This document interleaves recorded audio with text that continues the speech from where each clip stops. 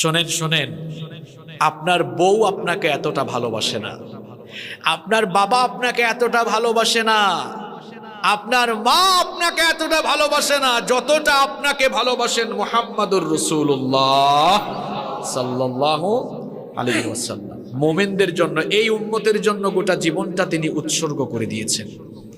এই উম্মতের জন্য সারাটা জীবন তিনি কেঁদেছেন। কয়জন আপনার জন্য কতদিন চোখের পানি ফেলেছে, কিন্তু আপনি কি জানেন আজ থেকে ১৫০০ বছর আগে আপনার জন্য চোখের পানি ফেলেছেন মুহাম্মাদুর রাসূলুল্লাহ সাল্লাল্লাহু। আমাকে, আপনাকে, আমাদেরকে নবী করিম সাল্লাল্লাহু আলাইহি ওয়াসাল্লাম কত ভালোবাসেন, নবীজি আমাদেরকে কতটা মহব্বত করেন শোনেন। ১৫০০ বছর আগে আমার আপনার নবী আমাদের জন্য চোখের পানি ফেলেছেন। ১৫০০ বছর আগে নবীজি আমাদের জন্য পেরেশানি করে করে চোখের পানিতে তিনি তার দাড়ি মুবারক, কখনো কখনো মুসাল্লা ভিজিয়ে দিয়েছেন। এখনো নবী তার রওজা শরীফে শুয়ে শুয়ে আমাদের জন্য কাঁদছেন। শুধু তাই নয়, কিয়ামতের মাঠে নবীজি আমাদেরকে ভুলে যাবেন না। আমরা জান্নাতে ঢুকবো না যতক্ষণ নবীও জান্নাতে ঢুকবেন না ততক্ষণ। আল্লাহু আকবার। এই উম্মতের প্রতি নবীজির দরদ কেমন, উম্মতের প্রতি নবীজির ভালোবাসা কেমন, স্বয়ং রব্বুল আলামিন কোরআনুল কারীমে সেই কথা বলেছেন।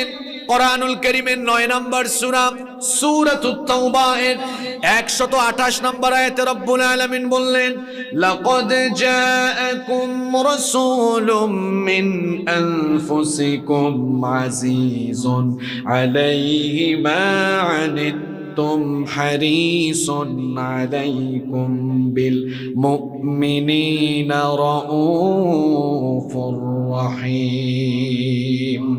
আল্লাহ তাআলা বলছেন, তোমাদের জন্য এমন একজন রাসূল এসেছেন, তোমাদের মধ্য থেকে তোমাদের জন্য এমন একজন রাসূল আমি পাঠিয়েছি যিনি মুমিনদের জন্য অত্যন্ত দয়াবান। তিনি উম্মতের জন্য এতটা পেরেশান। আল্লাহ তাআলা অন্য আয়াতে বলেছেন, আল্লাহ তাআলা বলছেন লাআল্লাকা বাখি, এই উম্মতের জন্য পেরেশানি করতে করতে আপনি কি আপনার নিজেকে শেষ করে ফেলবেন নাকি? নবী করিম সাল্লাল্লাহু আলাইহি ওয়াসাল্লাম আমাদের জন্য কতটা পেরেশান ছিলেন, আমাদেরকে কতটা তিনি ভালোবাসতেন শুনেন। মুসলিম শরীফের হাদিস বর্ণনাকারী সাহাবীর নাম জাবের রাদিয়াল্লাহু আনহু। তিনি বলছেন, নবীজি বলেছেন, মাসালি ওয়া মাসালুকুম কামাসালি রাজুলিন আওকাদা নারা। নবীজি বলেছেন, আমার আর তোমাদের মাঝের সম্পর্কটা কেমন শোনো উম্মত, শোনো তোমাদের সাথে আমার মহব্বতের সম্পর্কটা কেমন। এশ কাকে বলে বুঝেন? নবীজি বলছেন, তোমাদের সাথে আমার সম্পর্কটা হলো এমন, ওই লোকের মতো যেই লোক কোথাও আগুন জ্বালানোর পরে সেখানে পতঙ্গমালা এবং ফড়িং এসে পড়তে লাগলো। লোকটা এটা দেখার পরে পতঙ্গ এবং ফড়িং গুলোকে বাঁচানোর জন্য সেগুলোকে সেখান থেকে তাড়িয়ে দিতে লাগলো। নবীজি বলছেন, প্রজ্বলিত আগুন থেকে ফড়িং এবং পতঙ্গমালাকে বাঁচানোর জন্য লোকটা যেমন অবিরাম প্রচেষ্টা করছে, আমিও ঠিক তেমনি আমার মায়ার উম্মতদেরকে জাহান্নামের আগুন থেকে বাঁচানোর পেরেশানি করছি। শোনেন শোনেন শোনেন, সারা জীবন আপনারা ওয়াজ শুনেছেন নবীরে কেমনে ভালোবাসা দেওয়া লাগবে, আজকে উল্টা ওয়াজ শুনেন। যেই নবীকে আপনারা ভালোবাসা দিবেন, আমরা তো সব জায়গায় স্বার্থ বুঝি, আগে গিভ এন্ড টেক সব জায়গায় আছে। আগে বোঝা দরকার কেন নবীকে ভালোবাসবেন। নবীকে এই জন্য ভালোবাসবেন, এই দুনিয়াতে আপনাকে যিনি সবচাইতে বেশি ভালোবেসেছেন তিনি মুহাম্মদ সাল্লাল্লাহু। আপনার বাবা আপনাকে এত ভালোবাসেন না, আপনার জন্মদাতা মা আপনাকে এত ভালোবাসেন না, প্রিয়তমা বিবিও আপনাকে এত ভালোবাসেন না যতটা আপনাকে ভালোবাসেন মুহাম্মাদুর রাসূলুল্লাহ। সবাই পড়েন সাল্লাল্লাহু আলাইহি ওয়াসাল্লাম। এই উম্মতের জন্য নবীজি কত কান্নাকাটি করেছেন, কত পেরেশানি করেছেন শুনেন। সহিহ ইবনে হিব্বানের ভেতরে এই হাদিস বর্ণিত হয়েছে। উম্মুল মুমিনিন আয়েশা রাদিয়াল্লাহু আনহা তিনি বলছেন, আমি সব সময় নবীজিকে উম্মতের জন্য পেরেশান দেখতাম, সব সময় আমি নবীজিকে উম্মতের জন্য বিষণ্ণ দেখতাম। আমি একবার নবীজিকে বললাম, বিষণ্ণ অবস্থায় দেখে নবীজিকে বললাম, ওগো আল্লাহর নবী, আপনি কি আমার জন্য একটু দোয়া করবেন না? নবীজি তখন বললেন, আয়েশা রে শোনো, তোমার জন্য এখনই আমি দোয়া করছি। আল্লাহর নবী হাত তুললেন, হাত তুলে নবীজি দোয়া করলেন, ওগো আমার রব, আমার আয়েশার আগের পরের সব গুনাহ মাফ করে দাও। আম্মা জান আয়েশা রাদিয়াল্লাহু আনহা এই দোয়া শুনে মুচকি হেসে মাথা নত করে দিলেন। নবীজি বললেন, আয়েশা, আমি যে দোয়া করেছি তুমি কি খুশি হয়েছো নাকি? আম্মা জান আয়েশা রাদিয়াল্লাহু আনহা বললেন, ওগো আল্লাহর নবী, আপনি দোয়া করেছেন, কেন আমি খুশি হব না? এটা তো আমার জন্য বড় আনন্দের বিষয়। নবীজি তখন বললেন, আয়েশা গো শোনো, তুমি আমাকে এতটা স্বার্থপর ভেবো না যে আমি কেবল তোমার জন্যই দোয়া করি। শোনো, আমি এখন যেমন তোমার জন্য দোয়া করলাম, আমি আমার প্রত্যেকটা নামাজে কেঁদে কেঁদে আমার প্রত্যেকটা উম্মতের জন্য আল্লাহর কাছে দোয়া করি। শোনেন শোনেন, যেই নবীকে আমরা ভালোবাসবো সেই নবী আমাদেরকে কতটা ভালোবেসেছেন, কত মহব্বত তিনি আমাদেরকে করেছেন। এখন আপনারা বলতে পারেন, হুজুর আমরা তো আখেরি জামানার মানুষ, নবীজি আমাদেরকে দেখেন নাই, আমরাও নবীজিকে দেখি নাই, এখন আমাদের প্রতি নবীর ভালোবাসা কেমন ছিল? শুনতেছেন আপনারা? আপনারা নবীকে দেখছেন? কথা কন না কেন? নবীকে দেখেছেন? আপনারা নবীজিকে দেখেন নাই, নবীজিও আমাদেরকে দেখেন নাই। প্রশ্ন হতে পারে, হুজুর তাহলে নবীজি আমাদেরকে কতটা মহব্বত করতেন, কতটা ভালোবাসতেন? আমাদের প্রতি নবীজির এশ কেমন, আমাদের প্রতি নবীজির দরদ কেমন? এবার মুসনাদে আহমদ থেকে আপনাদের একটা হাদিস শোনাই। নবী করিম সাল্লাল্লাহু আলাইহি ওয়াসাল্লাম একদিন মসজিদে নববী থেকে বের হয়ে কুবার মসজিদের দিকে যাচ্ছেন। সাহাবায়ে কেরাম নবীজির সাথে, হঠাৎ করে নবীজি হু হু করে কেঁদে উঠলেন। সাহাবায়ে কেরাম জিজ্ঞেস করলেন, ইয়া রাসূলুল্লাহ, সবাই মহব্বতে বলেন সাল্লাল্লাহু আলাইহি ওয়াসাল্লাম, ওগো আল্লাহর রাসূল, হঠাৎ করে আপনি হু হু করে কেঁদে উঠলেন কেন? নবীজি তখন বললেন, আমার হঠাৎ করে আমার ভাইদের কথা মনে পড়ে গেল, আমার দিলটা ছটফট করছে, আমার ভাইদেরকে দেখার জন্য আমার মনটা ছটফট করছে। বলেন তো, নবীজির কি আপন কোনো ভাই ছিল নাকি? হ্যাঁ, আরো জোরে ঘটনা শুনতেছেন তো মন দিয়ে। নবীজি সাহাবীদেরকে বললেন, আমার দিল ছটফট করতেছে, আমার ভাইদের সাথে ইচ্ছা করতেছে আমি নিজে গিয়ে দেখা করি। আল্লাহু আকবার। সাহাবায়ে কেরাম কথাটা বুঝলেন না, জিজ্ঞেস করলেন, ওগো আল্লাহর রাসূল, আপনার তো কোনো ভাই নাই, কাদের কথা আপনি বলছেন? নবীজি বলছেন, সাহাবীরা রে শোনো, তোমরা তো নিজের চোখের সামনাসামনি আমাকে দেখে ঈমান এনেছো। আমার মনে পড়েছে ওই শেষ জামানার আমার পাগলা আশেকদের কথা, পাগলা উম্মতের কথা, যারা আমাকে না দেখে ঈমান এনে আমার ইজ্জত রক্ষার জন্য জীবন দিতে প্রস্তুত হয়ে যাবে। সাহাবীরা তখন বললেন, ওগো আল্লাহর নবী, আখেরি উম্মত, আখেরি জামানার উম্মত যদি আপনার ভাই হয়, আমরা কি আপনার ভাই নই? কথা শুনতেছেন? আমরা কি আপনার ভাই নই? নবীজি তখন বললেন, না না, তোমরা আমার ভাই নও, তোমরা হচ্ছে আমার সাহাবী, তোমরা হচ্ছে আমার সাথী। ওই আখেরি জামানার শেষ জামানার উম্মত, তারা হলো আমার ভাই। আমার বাবারা, আমার ভাইয়েরা শোনেন, সেই সময়ে নবীজি সাহাবীদের চাইতে আমাদের প্রতি দরদ যদি এত বেশি দেখায় থাকেন, দুনিয়ায় যদি আমাদের প্রতি নবীজির দরদ বেশি হয়, বলেন তো দেখি হাসরের মাঠে আমাদের প্রতি দরদ বেশি হবে না কম হবে? আমরা তো নবীজিকে না দেখে ঈমান এনেছি, এই জন্য হাসরের মাঠে নবীজির শাফায়াতের নজর যদি সাহাবীদের সময়ের লোকদের দিকে যায়, একবার আমাদের দিকে যাবে 100 বার। কারণ আমরা না দেখে ঈমান এনেছি, নবীজিকে দেখি নাই। নবীজি আমাদেরকে কতটা ভালোবেসেছেন শুনেন, হাদিসে এসেছে, হাদিস শরীফের মধ্যে এসেছে, লিকুল্লি নাবিয়্যিন মুস্তাজাবুদ দাওয়া। দুনিয়ার সকল পয়গাম্বার, সকল নবীদের জন্য একটা অপশন ছিল, সকল নবীকে আল্লাহ দোয়ার একটা বিশেষ সুযোগ দিয়েছেন। দুনিয়াতে সকল নবীকে আল্লাহ একটা সুযোগ দিয়েছেন, একটা দোয়া করার সুযোগ আল্লাহ সবাইকে দিয়েছেন। ওই দোয়া তারা করলে সঙ্গে সঙ্গে দোয়া যিনি কবুল করবেন, সবাই বলেন তিনি কে? আসতে বল। নবীরা সেই দোয়া দুনিয়ায় থাকাকালীন করে ফেলেছেন। যেমন দেখুন, কয়েকটা ঘটনা বলি। নূহ আলাইহিস সালাম তার এই স্পেশাল দোয়া তিনি দুনিয়াতে করে ফেলেছেন। নূহ পয়গাম্বরকে আল্লাহ 950 বছর হায়াত দিয়েছিলেন। 950 বছর হায়াত পেয়ে ব্যক্তিগতভাবে সমাবেশ করে দিনে রাতে তিনি তার কওমকে দিনের দাওয়াত দিয়েছিলেন। যতই তিনি দাওয়াত দিয়েছেন তার কওম তত আল্লাহর দিনের রাস্তা থেকে সরে গিয়েছে। শেষ পর্যন্ত নূহ নবী বললেন, ইন্নী দাউতু কওমি লাইলান ওয়া নাহারা। তিনি বললেন, ওগো আমার রব, আমি আমার কওম, আমি আমার সম্প্রদায়কে দিনে রাতে তোমার দিনের পথে দাওয়াত দিয়েছি, কিন্তু আমার এই দাওয়াত তারা শুনে নাই। আমার দাওয়াত না শুনে তারা তোমার দিনের রাস্তা থেকে সরে গিয়েছে। ওগো আল্লাহ, আমার উপর তারা নির্যাতন শুরু করেছে। নূহ নবী তখন অতিষ্ঠ হয়ে দোয়া করলেন, রব্বি লা তাদার আলাল আরদি মিনাল কাফিরিনা দাইয়ারা। তিনি বললেন, আল্লাহ এই কাফেরদের আন্ডা বাচ্চা সুদ্ধা সবগুলারে দুনিয়া থেকে বিদায় করে দাও। নবী যদি দোয়া করেন, দোয়া কবুল করে ফেলবেন কে? নূহ নবী যখন তার উম্মতের জন্য দোয়া করে ফেললেন, আল্লাহ তাআলা দোয়া কবুল করে এমন গজব পাঠালেন, এমন গজব আল্লাহ দিলেন, এমন মহাপ্লাবন আল্লাহ দিলেন। এক মহাপ্লাবনে কাফেরদের আন্ডা বাচ্চা সুদ্ধা ধ্বংস করে দিয়েছেন কে? তাহলে বলেন তো, গজব দেওয়ার মালিক কে? গজব থেকে বাঁচানোর মালিক কে? এই যে সামনে গজব আসতেছে, সবাই আমরা বলতেছি, আমাদের প্রধানমন্ত্রীও বলছেন গজব আসতেছে, দুর্ভিক্ষ আসতেছে, গোটা বিশ্বের নেতৃবৃন্দ বলতেছেন সামনে দুর্ভিক্ষ আসতেছে, গজব আসতেছে।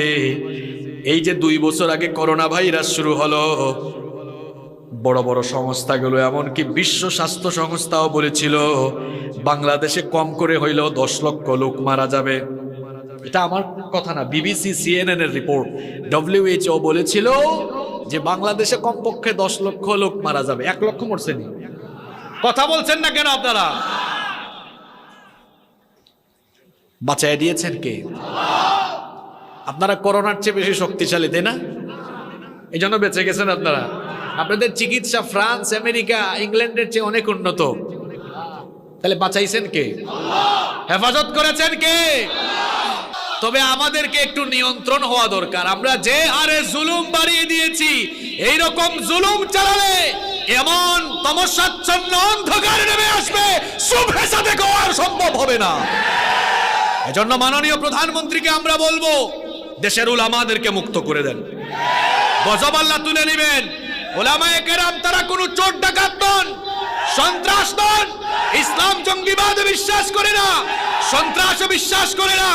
আমরা বলবো কওমি আলিয়া সকল ঘরানার সকল আলেমদেরকে অচিরেই জেলখানা থেকে বের করে দেন।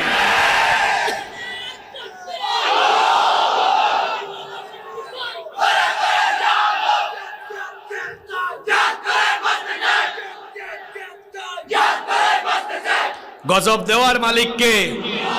কিছুদিন আগে চিত্রাং দিয়েছেন কে? চিত্রাং থেকে আমাদেরকে বাঁচাইছেন কে? কিন্তু মাঝে মাঝে আমরা এমন কথা বলি, আল্লাহর সাথে সাংঘর্ষিক হয়ে যায়।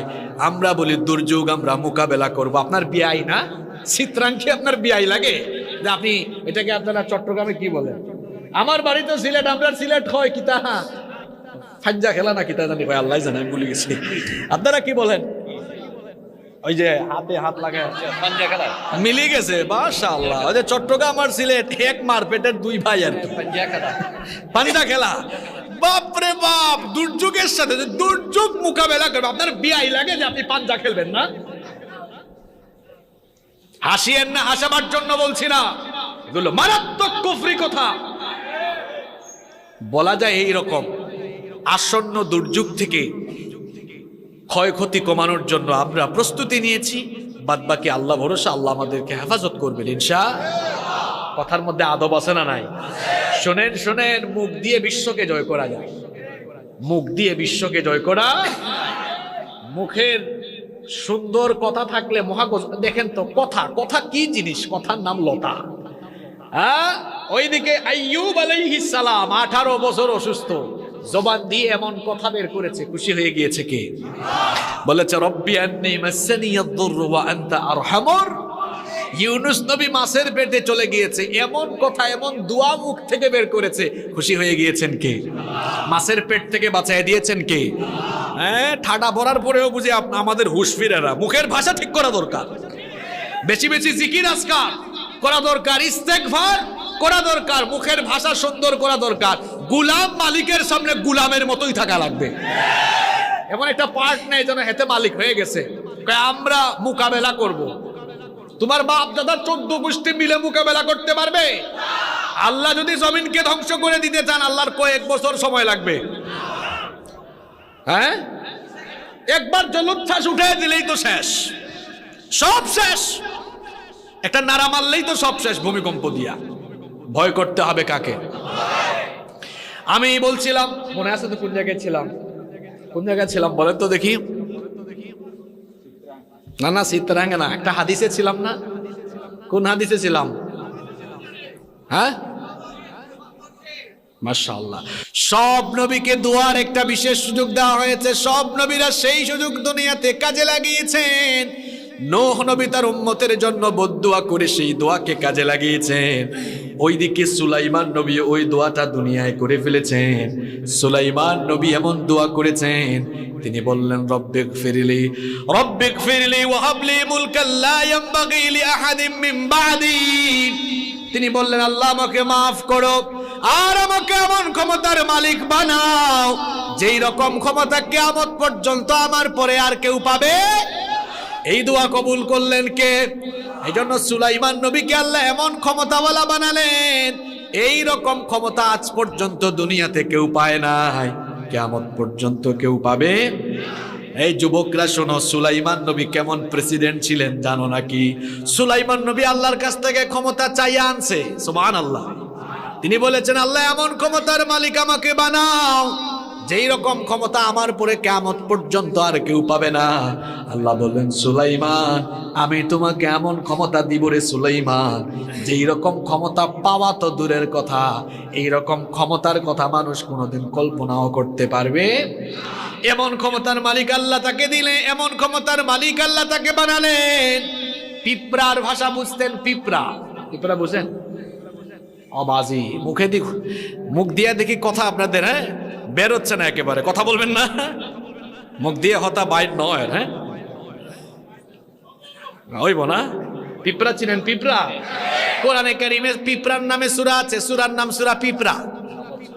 আমি বাংলা বলছি, আপনারা পারেন নাকি? সূরাত ফিল মানে হাতি, ফিল মানে পিঁপড়া মানে হলো নামাল। সূরাতু আন নামাল, পিঁপড়ার নামে আল্লাহ কোরআনে সূরা দিয়েছেন। পিঁপড়ার কিচ্ছা ওই সূরার ভেতরে আছে। পিঁপড়ার কিচ্ছা যার সাথে ঘটেছে ওই নবীর নাম কি? সুলাইমান নবী পিঁপড়ার ভাষা বুঝতেন, পাখির ভাষা বুঝতেন, এমন ক্ষমতা। পাখির ভাষা বুঝতেন, এমন কি বাতাস তার হুকুম মানত। শুধু মানুষ নয়, জিন জাতিকেও তিনি শাসন করেছেন। বাইতুল মুকাদ্দাস মসজিদকে আপনারা চিনেন নাকি? গেছেন নাকি আপনারা? নাম শুনছেন তাই না? বাইতুল মুকাদ্দাস, এই মসজিদটা সুলাইমান নবী মানুষ দিয়ে নয়, জিন জাতি দিয়ে তিনি এই বাইতুল মুকাদ্দাস নির্মাণ করেছেন। আল্লাহু আকবার। এই ঘটনাও কোরআনে কারিমে এসেছে। সুলাইমান নবীকে আল্লাহ এমন ক্ষমতার মালিক বানালেন, এই রকম ক্ষমতা দুনিয়ার কেউ আর পায় না। বলেন তো দেখি, এক দেশ থেকে আরেক দেশের রাষ্ট্রপ্রধানরা যখন যায় কিসে চড়ে যায়? কোন যানবাহনে, কোন বাহনে চড়ে যায়? জোরে বলেন। বিমান। বলেন তো বিমানের মধ্যে ইঞ্জিন আছে না নাই? কটর কটর আওয়াজ আছে না নাই? শোনেন শোনেন, বাংলাদেশ থেকে যদি আমেরিকা সফরে যান, কম করে হলেও 9-10 ঘন্টা সময় লাগবে। 10-12 ঘন্টা সময় আপনার লেগে যাবে। এতে প্রাইম মিনিস্টার যাক আর প্রেসিডেন্ট যাক, 3-4 হাজার বছর আগে সুলাইমান নবী দুনিয়াতে ক্ষমতা চালিয়ে গিয়েছেন। উনি কেমনে সফর করতেন শুনেন। বিমানেও নয়, রকেটেও নয়। ওই যুগে বিজ্ঞানও ছিল না, বিজ্ঞানাগার ছিল না, বিজ্ঞানীও ছিল না। ওই যে তিনি দোয়া করছেন, আল্লাহ এমন ক্ষমতা দাও যে ক্ষমতা কেউ আর পাবে না। আল্লাহ বললেন, সুলাইমান এমন ক্ষমতা দিচ্ছি, কিয়ামতের আগের যুগের মানুষরা অবাক হবে, এমন ক্ষমতা সুলাইমান পাইছে কেমনে। সুলাইমান নবীকে আল্লাহ বললেন, এমন ক্ষমতার মালিক তোমাকে বানাবো, তোমাকে আমি ইঞ্জিন ছাড়া বাহন দিয়ে চড়াবো। আল্লাহু আকবার। সুলাইমান নবী বললেন, ওগো আল্লাহ, এটা আবার কেমন বাহন? আল্লাহ বললেন, তুমি তোমার সিংহাসনে উঠে বসো। তুমি যখন সিংহাসনে উঠে বসবা, ইঞ্জিন ছাড়া বিনা আওয়াজে বিনা ইঞ্জিনে বাতাসের মাধ্যমে বসার সঙ্গে সঙ্গে 1 মাসের পথ চলে যাবা। শুধু সুবহানাল্লাহ বললে চলবে না, বলেন এই রকম ক্ষমতা দুনিয়ার কেউ পাইছে? ওই বেটা পুতিন পাইছে? হ্যাঁ, জো বাইডেন পাইছে? তার বাপ দাদারা পাইছে? ভবিষ্যতে কেউ পাবে? উঠে সিংহাসনে বসেছে, আওয়াজ নাই, ইঞ্জিন নাই, বাতাসের মাধ্যমে 1 মাসের পথ চলে গিয়েছে। সুবহানাল্লাহ। আবার সন্ধ্যাবেলা 1 মাসের পথ ফিরেও এসেছে। আমি বলছিলাম লিকুল্লি নাবিয়্যিন দাওয়াতুম মুস্তাজাবা, সকল নবীকে আল্লাহ দুয়ার একটা বিশেষ সুযোগ দিয়েছেন। সব নবীরা ওই দোয়াটা দুনিয়ায় করে ফেলেছেন, একজন ওই দোয়াটা করেন নাই, রেখে দিয়েছেন উম্মতের জন্য। তিনি আমাদের নবী মুহাম্মদুর রাসূলুল্লাহ সাল্লাল্লাহু আলাইহি ওয়াসাল্লাম। সারাটা জীবন কত কষ্ট করেছেন, 3 দিন 4 দিন না খাওয়া ছিলেন। তখন তিনি যদি আল্লাহর কাছে চাইতেন, আল্লাহ আমাকে আসমান থেকে খাবার দাও, আল্লাহ কি খাবার দিতেন না? ক্ষুধার্ত অবস্থায় সেই দোয়াটা করেন নাই।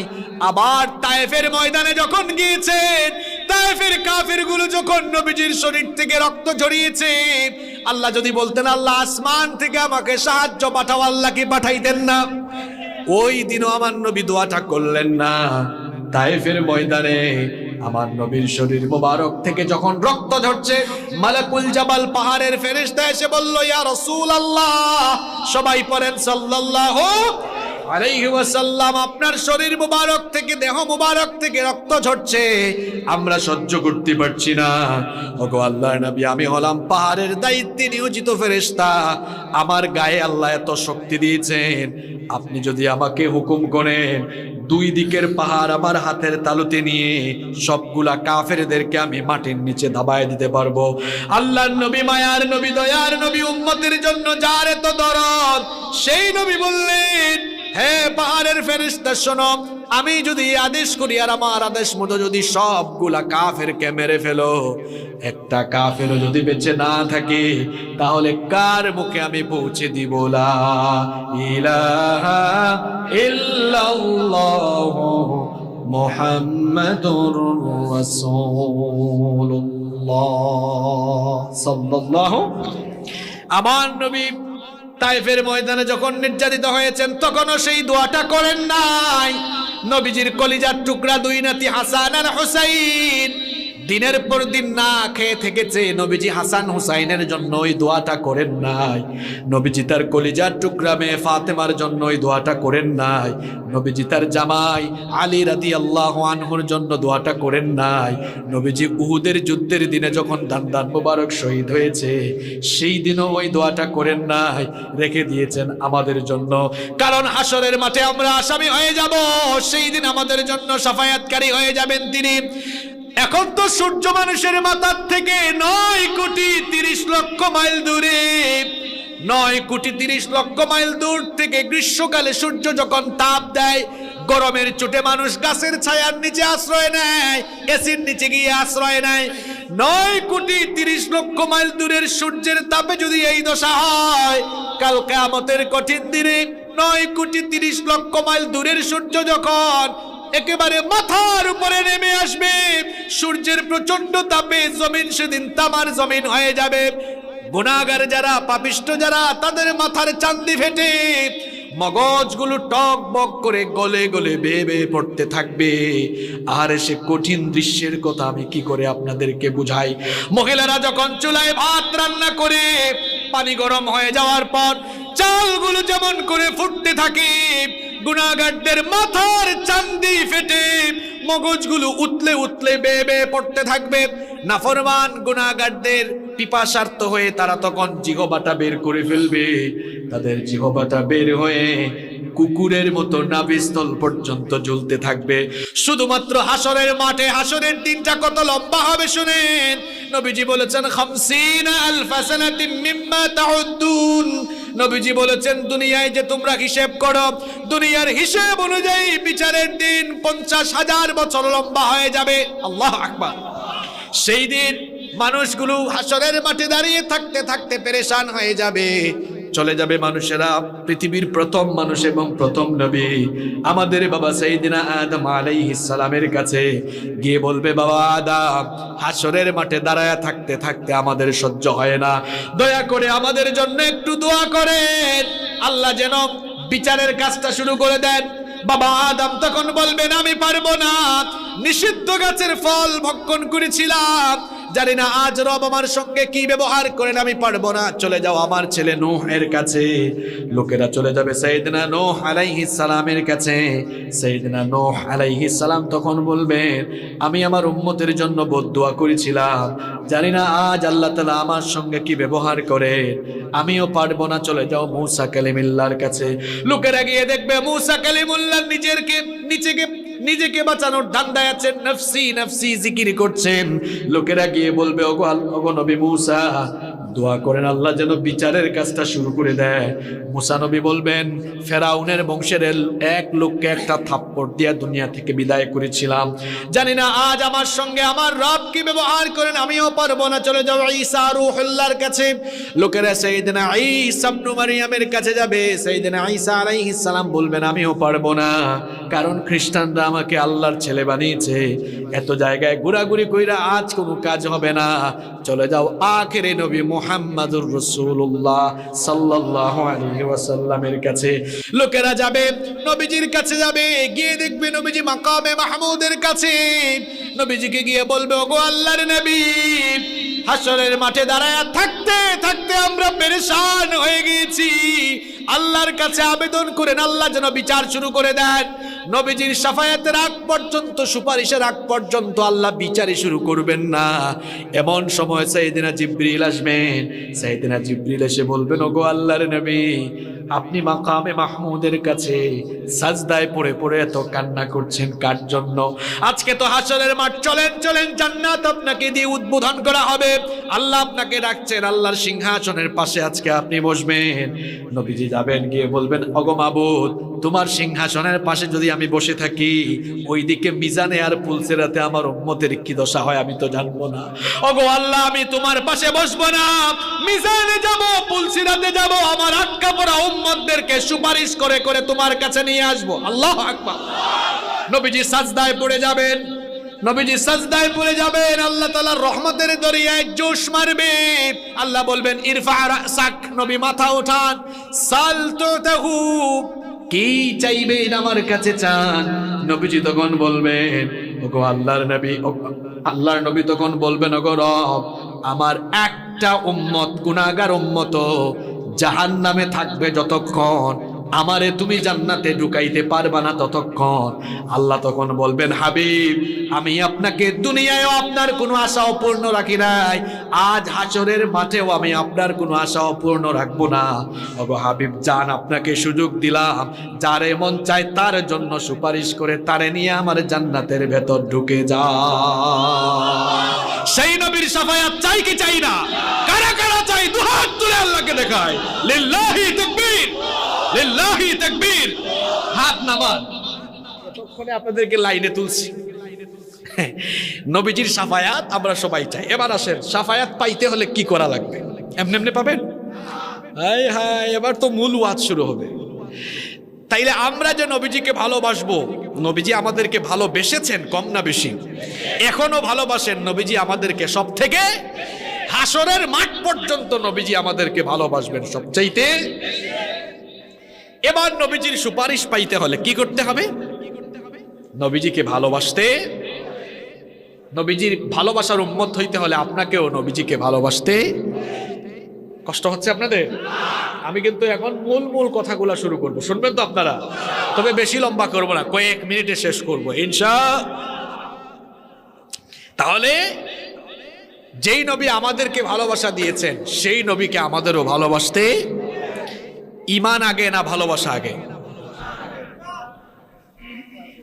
বুঝে শুনে উত্তর দেন। ঈমান আগে না ভালোবাসা আগে? নো, উত্তর হয় নাই আপনাদের। ঈমান আগে না, ভালোবাসা। দলিল কোথায়? দলিল আছে বুখারী শরীফে, মুসলিম শরীফে। আনাস বিন মালিক রাদিয়াল্লাহু আনহু হাদিস বর্ণনা করেছেন, ওলামারা বসে আছেন, ভুল বললে আমার এই স্টেজ থেকে নামায়া দিয়েন। নবীজি বলছেন, লা ইউমিনু আহাদুকুম হাত্তা আকুনা আহাব্বা ইলাইহি মিন ওয়ালিদিহি ওয়া ওয়ালাদিহি ওয়ান নাসি আজমাইন। এবার অনুবাদ করে দিই, নবীজি বলেছেন, তোমাদের কেউ ঈমানদার হতে পারবে না ততক্ষণ তার সন্তান সন্ততি মা বাপ এমনকি দুনিয়ার সবকিছুর চাইতে আমাকে বেশি ভালোবাসবে না যতক্ষণ ঈমানের খাতায় রেজিস্ট্রেশন হবে না, ঈমানের খাতায় নামই উঠবে না যতক্ষণ না নবীজিকে আপনি এজন্য বলেছি ঈমান আগে না ভালোবাসা। কথা ক্লিয়ার? ভালোবাসা আগে না ঈমান আগে? ভালোবাসা আগে না ঈমান আগে? এটা আমি বলেছি? বলেছেন মুহাম্মাদুর রাসূলুল্লাহ সাল্লাল্লাহু। ঈমান আনার আগেই নিজের জীবনটা নবীজির জন্য উৎসর্গ করে দেওয়া লাগবে। এই জন্য রব্বুল আলামিন কোরআনুল কারীমের 33 নম্বর সূরা সূরাতুল আহজাবের 6 নম্বর আয়াতে বলেছেন, আন-নাবিয়্যু আওলা বিল মুমিনিনা মিন আনফুসিহিম ইলা আখিরিল আয়া। আল্লাহ তাআলা বলছেন, ঈমানদারদের কাছে নবী হচ্ছেন তাদের নিজের জীবনের চাইতেও আরো বেশি প্রিয়। তাহলে নবীজিকে ভালোবাসতে হবে। নবীজিকে ভালো না বাসলে ঈমানের খাতায়ও আপনার নাম উঠবে না। এমনকি আল্লাহর ভালোবাসা আমরা সবাই চাই, বলেন তো সবাই? আল্লাহর রহমত, আল্লাহর ভালোবাসা চাই কি চাই না? আল্লাহর রহমত, আল্লাহর ভালোবাসা পাইতে হলে নবীকে ভালোবেসে নবীজিকে অনুসরণ করা লাগবে, নইলে আপনি আল্লাহর রহমতও পাবেন না। এই জন্য আল্লাহ তাআলা কোরআনে বলেছেন, কুল ইন কুনতুম তুহিব্বুনাল্লাহা ফাত্তাবিউনি ইউহিব্বুকুমুল্লাহু ওয়া ইয়াগফির লাকুম যুনুবাকুম ওয়াল্লাহু গফুরুর রহিম। আল্লাহ তাআলা বলছেন, হে নবী আপনি বলে দিন, তোমরা যদি আল্লাহকে ভালোবাসতে চাও, আল্লাহকে ভালোবাসার আগে ফাত্তাবিউনি, আমাকে ভালোবেসে আগে আমার অনুসরণ করো। আমাকে ভালোবেসে যদি আমাকে অনুসরণ করো, তোমরা আল্লাহকে ভালোবাসা লাগবে না। ইউহিব্বুকুমুল্লাহ, আল্লাহ তাআলা নিজেই তোমাদেরকে ভালোবাসবেন। আর আল্লাহ যখন তোমাদেরকে ভালোবাসবেন তখন কি করবেন? শোনো শোনো, ওয়া ইয়াগফির লাকুম যুনুবাকুম ওয়াল্লাহু গফুরুর রহিম। আল্লাহ যখন তোমাদেরকে ভালোবাসবেন তখন তোমাদের সব গুনাহ আল্লাহ মাফ করে দিবেন। তাহলে আল্লাহর রহমত পেতে হলো আল্লাহ তাআলাকে ভালোবাসতে হবে, আল্লাহ নবীকে ভালোবাসতে হবে, জীবনে মননে নবীজিকে ভালোবাসতে হবে। এই জীবনেও নবীজিকে ভালোবাসলে ফায়দা আছে না নাই? যদি আপনি নবীজিকে ভালোবেসে অনুসরণ করতে পারেন, আপনার গুনাহ মাফ করে দিবেন কে? আবার যদি নবীজিকে আপনি সব সময় ভালোবাসতে পারেন, তাহলে হাসরের মাঠে নবীর সঙ্গে আপনাকে জান্নাত দিবেন কে? দেখেন একটা ঘটনা শোনাই। আনাস বিন মালিক রাদিয়াল্লাহু আনহু মুসনাদে আহমদে এই হাদিস বর্ণিত হয়েছে। তিনি বলছেন, আন্না রাজুলান ক্বাল ইয়া রাসূলুল্লাহ, সবাই পড়েন সাল্লাল্লাহু আলাইহি ওয়াসাল্লাম। আনাস রাদিয়াল্লাহু আনহু বলছেন, একবার এক লোক নবীজির কাছে আসলো, এসে বলল, মাতাসা, ওগো আল্লাহর নবী কিয়ামত কখন হবে? নবীজি তখন বললেন, ওয়া মাযা আ'দাদতা লিস-সাআহ, কিয়ামতের জন্য তুমি কি প্রস্তুতি নিয়েছো? কোনো প্রস্তুতি আছে নাকি? লোকটা বলল, না, তেমন কোনো প্রস্তুতি নাই, শুধু আমি আল্লাহ আর আপনাকে নিজের জীবনের চাইতে বেশি ভালোবাসি। নবীজি বললেন, ফা ইন্নাকা মা'a মান আহবাবতা, তুমি যাকে ভালোবেসেছো কিয়ামতের দিন তুমি তার সঙ্গে থাকতে পারবা। তাহলে বোঝা গেল নবীজিকে ভালোবাসলে দুনিয়ায়ও লাভ, আখিরাতেও। এবার প্রশ্ন হচ্ছে, হুজুর ভালোবাসবোটা কেমনে? রবিউল আউয়াল মাস আসলে সারা মাস জিলাপি খাইয়া বিরিয়ানি খাইয়া ভালোবাসা দেখাবো? এর নাম ভালোবাসা?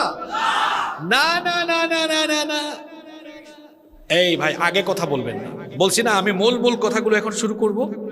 আক্রমণাত্মক কথা বলা আমার নিজের পছন্দ। আপনি কথা বলবেন বুঝার কথা, যাতে করে আপনাকে দুশ্মন ভাবে এমন লোক যেন আপনাকে বুঝে, আপনার আদর্শ আদর্শে প্রভাবিত হয়ে সেও যেন আপনার পথে চলে আসে, এমনটাই হওয়া উচিত। আল্লাহ আমাদেরকে বুঝার তৌফিক দান করুন। ভাইয়েরা শুনতেছেন আপনারা, যুবকরা তোমরা ভালো করে শোনো, শোনো শোনো, আজকে এমন ওয়াজ শুনবা যে ওয়াজ জীবনেও শোনা নাই। ভালো করে শোনো যুবকরা, ভালো করে শোনো।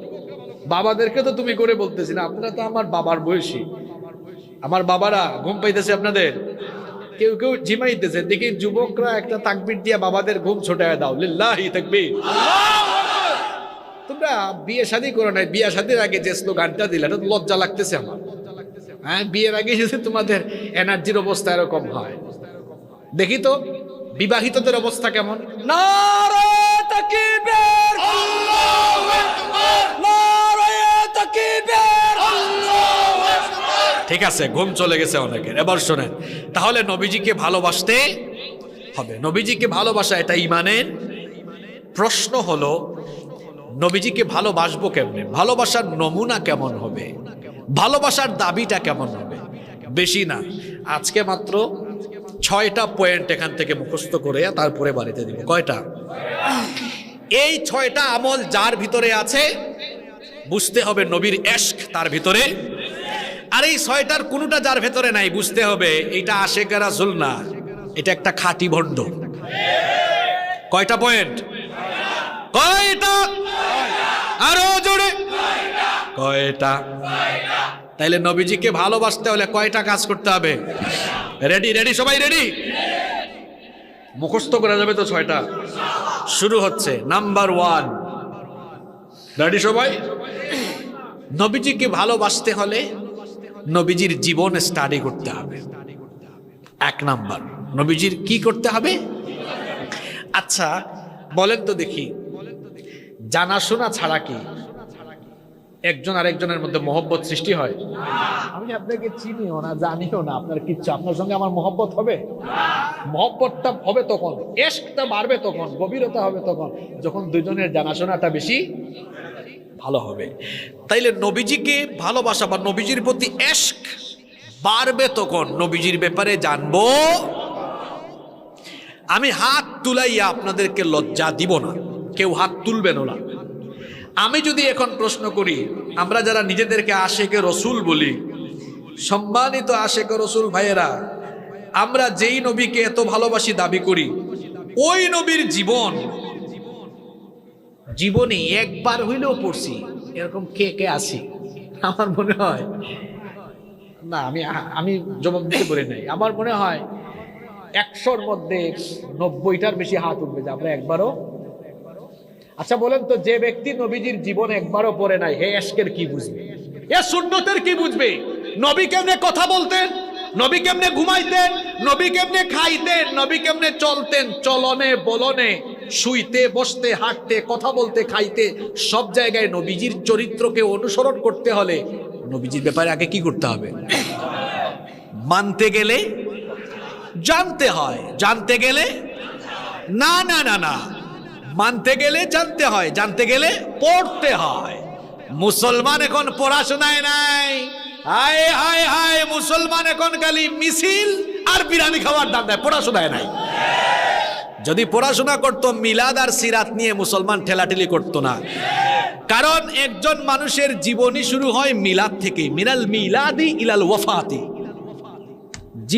জন্ম থেকে মৃত্যু পর্যন্ত পুরাটাকে কি বলা হয়? আরবিতে সিরাত বলে। আমি অবাক লাগে, বাংলাদেশে যে পরিমাণ কিলা কিলে, এটা কোন দেশে কয় তুই সিরাত বলস কেন? আমি মিলাদি, তুই সিরাতি। যুবকরা শোনো, তোমরা তো সচেতন ভাই। আচ্ছা তোমরা আমাকে বলো তো, জবাব দাও, যুবকরা বলো, মিলাদ এটা বাংলা শব্দ? বলো, ইটস অ্যান অ্যারাবিক ওয়ার্ড, এটা আরবি শব্দ। তোমাদের মাথা যেন কেউ খাইতে না পারে আমি বুঝাই দিচ্ছি, আমার কথা বিশ্বাস না হলে তোমরা পড়াশোনা করবে। এই যে উলামারা বসে আছেন, মিলাদ ইটস অ্যান অ্যারাবিক ওয়ার্ড, এটা আরবি শব্দ। বাংলা অভিধান খুলে দেখো, আরবি অভিধান খুলে দেখো, মিলাদ এর বাংলা অর্থ হলো জন্ম। এবার আসেন সিরাত, আরবি শব্দ, এটার অর্থ হলো জীবনী। তোমরা ইংরেজিতে বলো না যুবকরা, ছাত্ররা, বায়োগ্রাফি। বায়োগ্রাফি, বায়োগ্রাফিকে আরবিতে কি বলা হয়? তাহলে কথা ক্লিয়ার? আচ্ছা মনে করো ছাত্ররা বলো পরীক্ষায় প্রশ্ন আসছে, বাংলাদেশের স্বাধীনতার স্থপতি মরহুম বঙ্গবন্ধু শেখ মুজিবুর রহমান সাহেবের জীবনী সংক্ষেপে লেখো। পরীক্ষায় এরকম প্রশ্ন আসে না? আচ্ছা, আমরা যখন কারো জীবনী লেখা শুরু করি, বিয়ে শাদী থেকে লেখা শুরু করি না জন্ম থেকে শুরু করি? মৃত্যু থেকে শুরু করি না জন্ম থেকে শুরু করি? তাহলে জীবনী বলতে গেলে, সিরাত মানে জীবনী, সিরাত বলতে গেলে বা লিখতে গেলে জন্মটা এসে যাবে। কিন্তু শুধু জন্ম নিয়ে আলোচনা করলে তো মৃত্যু আর আপনার জীবনী আর থাকে না। এই জন্য মিলাদ যার, সিরাত তার। সিরাত যার, মিলাদও। এখন যুবকরা, ছাত্ররা, তোমাদের সামনে মিলাদি আর সিরাতি দুই গ্রুপ মারামারি করলে গিয়া বুঝাইবা, আরে ভাই দুইটা আরবি শব্দ অর্থ বুঝেন আপনি? একটা হইলো জন্ম আর একটা হইলো জীবন, বুঝাবেন এমনে? মনে করেন ভাই পরীক্ষায় আসছে শেখ মুজিবুর রহমান সাহেবের জীবনী লেখো, জীবনীটা জন্ম থেকে শুরু হবে না? তাহলে মনে করেন রাসূলুল্লাহ সাল্লাল্লাহু আলাইহি ওয়াসাল্লামের জীবনী আমরা যখন শুরু করব, তখন কি ওনার মিলাদ জন্ম বাদ দিয়ে শুরু করব? ওনার জন্ম থেকেই তো আমরা আলোচনা করি, জন্মের কথা বলিও। কিন্তু না, আমরা এটা নিয়ে মারামারি করলাম। শোনেন শোনেন, আমরা হুজুররা হুজুরদের সাথে যে কিলাকিলি করি, আমরা যদি সব হুজুররা আমাদের ভক্তদেরকে বলতাম, সম্মানিত ভাইয়েরা, সম্মানিত আশেক রাসূলরা, সবাই নবীজির জীবনী বেশি বেশি পড়বেন, নবীজির জীবনী গিফট করবেন, তাইলে দেখতেন আমাদের ভক্তরাও এত ঠেলাঠেলি করতো। এই রবিউল আউয়াল মাস গেল, আমরা যে পরিমাণ গরু জবাই করছি, যে পরিমাণ জিলাপি খাইছি, আমরা যদি এই পরিমাণ টাকার কিতাবাদি কিনতাম, নবীজির জীবনী সুন্দর সুন্দর পাওয়া যায় না, কিনে যদি মানুষকে গিফট করতাম, তাহলে নবীজির জীবনী মানুষ আরো বেশি জানতো। আমার নবীর জীবনী জানতে হলে তো পড়তে হবে। আমার যুবকগুলো আশেক রাসূল হইতে চায়, আশেক রাসূল হইতে চাই না আমরা?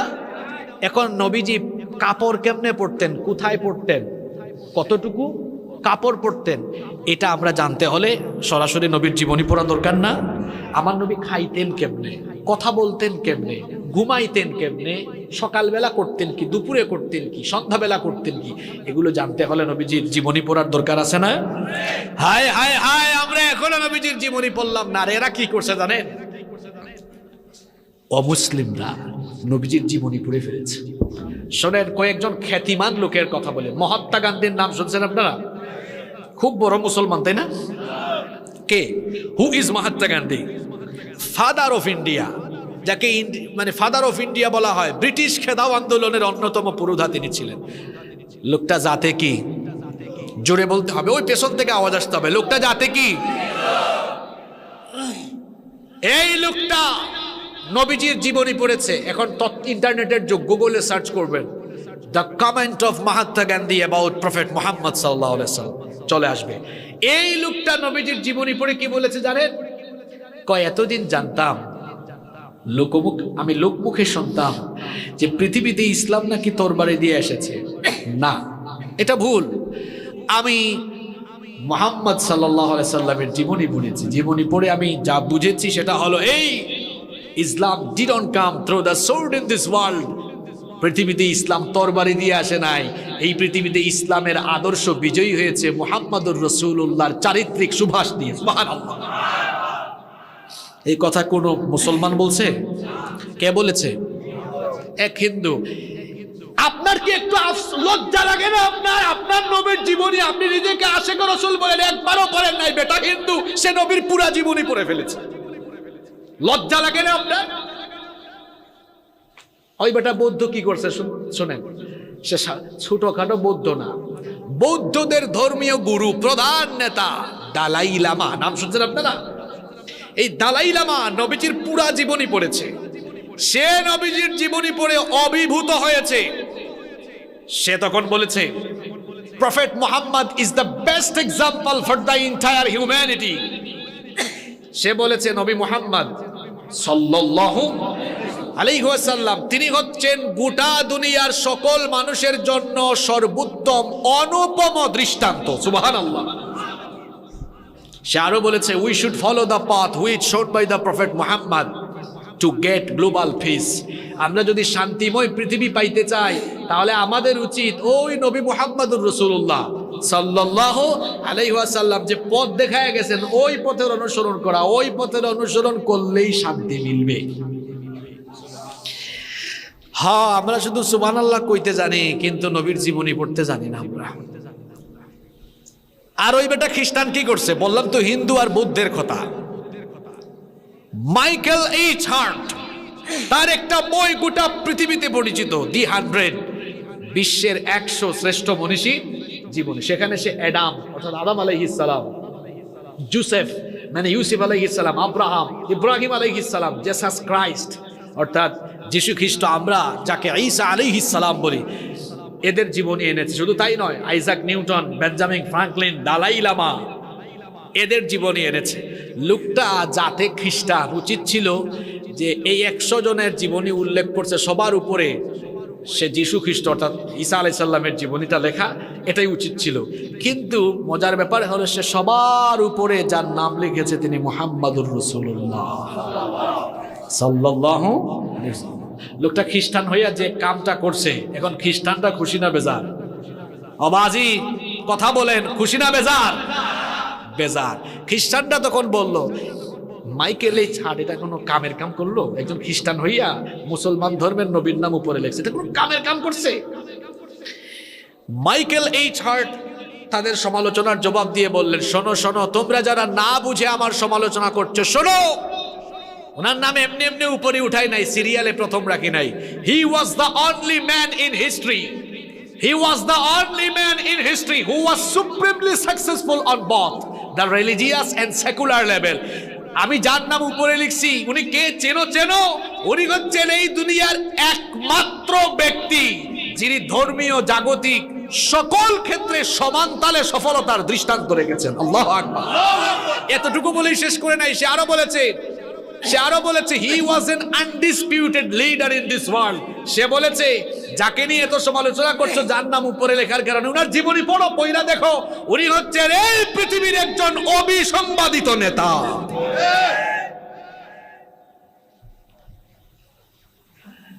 অমুসলিমরা নবীজির জীবনী পড়ে পড়ে এত সুন্দর কমেন্ট করলো। আফসোস লাগে রে ভাই, আফসোস লাগে।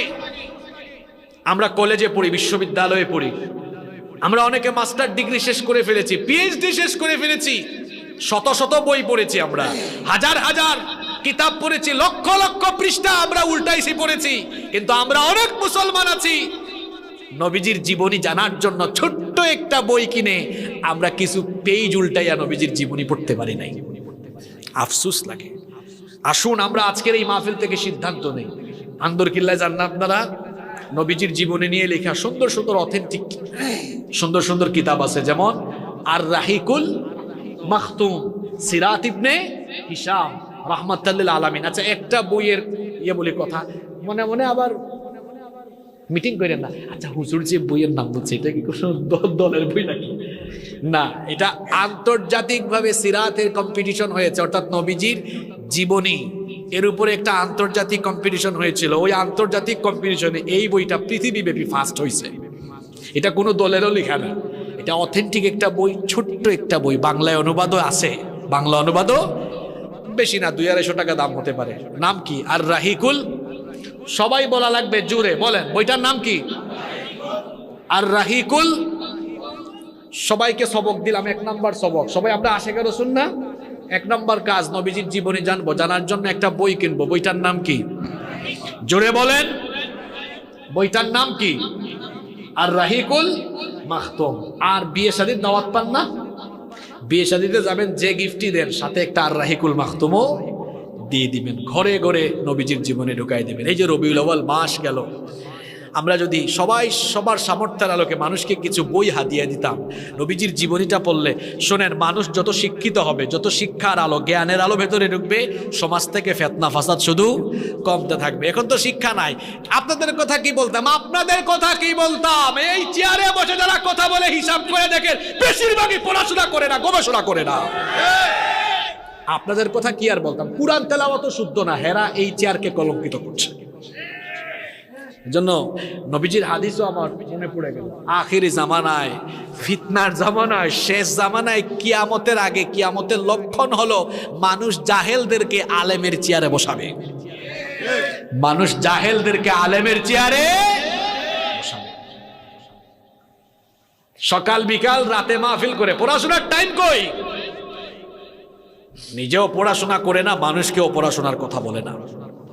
আমার বাবারা, আমার ভাইরা, পড়বেন, বেশি করে পড়াশোনা করবেন, জ্ঞানের আলোয় আলোকিত হতে পারবেন ইনশাআল্লাহ। নবীজিকে ভালোবাসতে হলে কয়টা কাজ করতে হবে? এক নাম্বার কি করতে হবে? নবীজির জীবনী স্টাডি না, শুধু কার জীবনী স্টাডি করতে হবে? কারণ নবীজি যদি চোখের সামনে থাকতেন তাহলে স্টাডি করা লাগতো? দেখে দেখে সব আমরা শিখে ফেলতাম। নবী কেমনে ওযু করছেন, নবী কেমনে খাইছেন, নবী কেমনে ঘুমাইছেন, কেমনে কথা বলতেন, দেখে দেখে শিখতে পারতাম। যেহেতু নবীজি আমাদের চোখের সামনে নাই, নবীজির সিরাত জীবনী আমাদের জানার দরকার আছে না নাই? ভালোবাসতে হলে এক নম্বরে কি করব? নবীজির জীবনী আমরা ইনশাআল্লাহ। আসেন 2 নম্বর সবক। আচ্ছা বলেন তো, যে যাকে ভালোবাসে তার কথা তার বেশি মনে, তাই না? মনে করেন আপনার স্ত্রীকে আপনি খুব ভালোবাসেন, তাহলে সকাল সন্ধ্যায় দিনে রাতে মনে পড়বে না? এখন আমরা যদি বলি আমরা নবীজিকে খুব ভালোবাসি, তাহলে আপনারও নবীজিকে বেশি বেশি স্মরণ করা লাগবে। আর নবীজিকে স্মরণ করলেই একটা প্রক্রিয়া আল্লাহ শিখাইছেন, নবীর উপর কি পড়তে হবে? দুরূদকে গলার মালা বানিয়ে ফেলতে হবে, বেশি বেশি দুরূদ পড়তে হবে। বেশি বেশি আপনারা দুরূদ পড়বেন, বেশি বেশি দুরূদ পড়বেন। দুরূদ হচ্ছে সবচাইতে লাভজনক আমল। নবীজি বলেছেন, আমার নাম শোনার পরে যে আমার উপরে দুরূদ পড়ে না, সেই লোকটা হলো দুনিয়ার সবচেয়ে বড় বখিল, সবচেয়ে বড় কিপটা। আবার নবীজি বলেছেন, যে ব্যক্তি আমার নাম শোনার পরে আমার উপরে দুরূদ পড়ে না, ওই লোকটার জন্য লানত, ওই লোকটার নাক ধুলায় দূষিত হয়ে যাক। নবীজি তাদের জন্য বদদুয়া করেছেন। তাহলে নবীজির বদদুয়া থেকে বাঁচার জন্য আর নবীজির প্রতি ভালোবাসা, ইশক বৃদ্ধি করার জন্য বেশি বেশি নবীর উপরে দুরূদ পড়ার দরকার আছে না নাই? দুরূদ পড়লে দুনিয়ায় যেমন লাভ, আখিরাতেও তেমন লাভ আছে না নাই? এবার শুনেন, দুরূদের কয়েকটা ফায়দা আপনাদেরকে শোনাই। দুরূদের 3টা ফায়দা এখন আপনাদেরকে শোনাবো। জোরে কোন কয়টা? আরো জোরে। কয়টা? নবীজি বলেছেন, মান সাল্লা আলাইয়া সালাতান ওয়াহিদা সাল্লাল্লাহু আলাইহি 10 সালাওয়াত। নবীজি বলেছেন, যে ব্যক্তি আমার উপরে মাত্র একবার দুরূদ পড়বে, দুরূদ পড়বে মাত্র একবার, আর আল্লাহ তার উপরে রহমত নাজিল করবেন 10 বার। তাহলে দুরূদের 1 নম্বর ফায়দা হলো, দুরূদ পড়বেন নবীর উপরে একবার, সাথে সাথে আল্লাহ রহমত নাজিল করবেন কয়বার? 2 নম্বর ফায়দা হলো, ওয়াহুত্তাত আনহু 10 খাতিআত। নবীজি বলেছেন, যখন কোনো বান্দা দুরূদ পড়বে একবার, আল্লাহ তাআলা আমলের খাতা থেকে সঙ্গে সঙ্গে 10টা সগীরা গুনাহ কেটে ফেলবেন। দুরূদ পড়বেন একবার, গুনার খাতা থেকে আল্লাহ গুনাহ কাটবেন কয়টা? আরো জুড়ে বলেন কয়টা? মুখস্থ করে ফেলেন। 1 নম্বরে বলেছিলাম, নবীজির উপর দুরূদ পড়বেন একবার, আল্লাহ আপনার উপর রহমত নাজিল করবেন কয়বার? নবীজির উপর দুরূদ পড়বেন একবার। 2 নম্বরে বলছি, নবীজির উপর দুরূদ পড়বেন একবার, সঙ্গে সঙ্গে আমলের খাতা থেকে 10টা সগীরা গুনাহ কেটে ফেলবেন কে? 3 নম্বর হলো, ওয়ারফিআত লাহু 10 দারাজাত। নবীর উপরে যখন একবার দুরূদ পড়বেন, আল্লাহ সঙ্গে সঙ্গে আপনার 10টা মর্যাদা বৃদ্ধি করে দিবে। দুরূদ পড়লে দুনিয়ায় যেমন লাভ, আখিরাতেও লাভ আছে। নবীজি বলেছেন, ইন্না আউলান নাসি বি ইয়াউমাল কিয়ামাহ আকতারুহুম আলাইয়া সালাহ। নবীজি বলেছেন, তোমরা দুনিয়াতে যারা আমার উপর বেশি বেশি দুরূদ পড়বা, কিয়ামতের দিন তারা তত বেশি আমার কাছাকাছি থাকবা। তাহলে নবীজিকে ভালোবাসার 2 নম্বর নমুনা হলো, নবীজির কথা বেশি বেশি মনে করে নবীজির উপর কি পড়া? আস্তে বলবেন না, জুড়ে বলেন, কি পড়া? 3 নম্বর, নবীজিকে ভালোবাসবেন। ভালোবাসতে হবে আপনার নিজের মতো না, ভালোবাসতে হবে সাহাবীদের মতো। জোরে কোন কার মতো? বলেন তো, আমরা বড় আশিকে রাসূল না সাহাবীরা বড় আশিকে রাসূল? আপনি তো নবীর আশিক হইয়া শুধু রবিউল আউয়াল মাসে ইশক দেখান, নবীরে গালিগালাজ করা হয় বাইর হন না, নবীর আদর্শ বিদায় হয়ে যায়, নবীর আদর্শ ধারণ করে যারা জেলখানায় তাদের পক্ষে কথাও বলেন না। কি জাতের আশিকে রাসূল আপনি? আর সাহাবীরা এমন আশিকে রাসূল ছিলেন, আল্লাহর নবীর আদর্শ প্রতিষ্ঠার জন্য জিহাদের ময়দানে কল্লা কাটায়া দিয়েছে। এরা হচ্ছে সত্যিকারের আশিকে রাসূল। এবার আসেন, সাহাবীরা কেমন আশিকে রাসূল ছিলেন? আবু সুফিয়ান তখনও ইসলাম কবুল করে নাই। 2-3টা কিচ্ছা বলবো, শুনতেছেন আপনারা? বড় সড়ো কিচ্ছা না, ছোট ছোট কিচ্ছা। খেয়াল আছে। দেখেন সাহাবীরা নবীজিকে ভালোবাসাটা দিছে কেমনে শুনেন। আবু সুফিয়ান ইসলাম কবুল করে নাই, তখনও কাফের। একদিন নবীজির খেদমতে আসছে, আসার পরে এমন কিছু দেখছে, দেখার পরে কাফেরদের মিটিংয়ে গিয়া কয়, শোনো এদের বিরুদ্ধে আমরা কেমনে পারবো বলো, এদের কাছে অস্ত্র শস্ত্র নাই, এরা সংখ্যায় কম, এরপরেও এদের সাথে পারি না কেন জানো? কারণ মুহাম্মদ সাল্লাল্লাহু আলাইহি ওয়াসাল্লামের অনুসারী যারা, এরা যেন তেন অনুসারী, পাগলা অনুসারী এরা। অনুসারীগুলা কেমন শোনো, সে তার ভাষায় বলছে, মা রাআইতু মিনান নাসি আহাদান ইউহিব্বু আহাদান কাহুব্বি আসহাবি মুহাম্মাদিন সাল্লাল্লাহু আলাইহি ওয়াসাল্লাম মুহাম্মাদা। সে বলেছে আমি বহু জায়গা সফর করেছি, কিন্তু ওনাকে তার অনুসারীরা এত ভালোবাসে, এইরকম ভালোবাসা দুনিয়ার কোন অনুসারীরা, কোন কর্মী তাদের নেতাকে দিতে পারবে না। সুবহানাল্লাহ।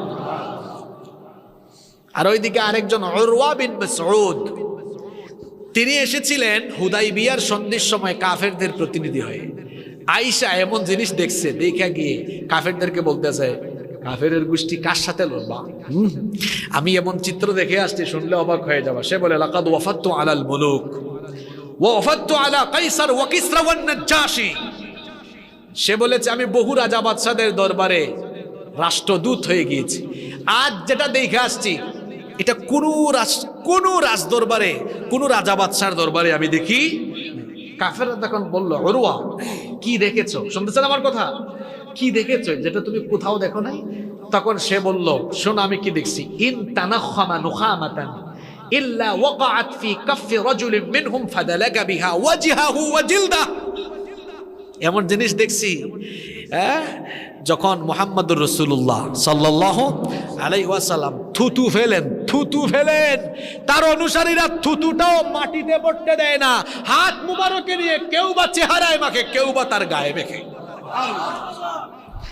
ভালোবাসা তারা কেমন শোনো। সে আরো বলছে, শোনো আমি এমন চিত্র আমার নিজের চোখে দেখে এসেছি। ওয়া ইদা আমারহুম ইবতাদারু আমরাহ, যখনই তিনি তাদেরকে কোনো আদেশ দেন, তারা সব ভুলে গিয়ে নবীর আদেশ আগে পালন।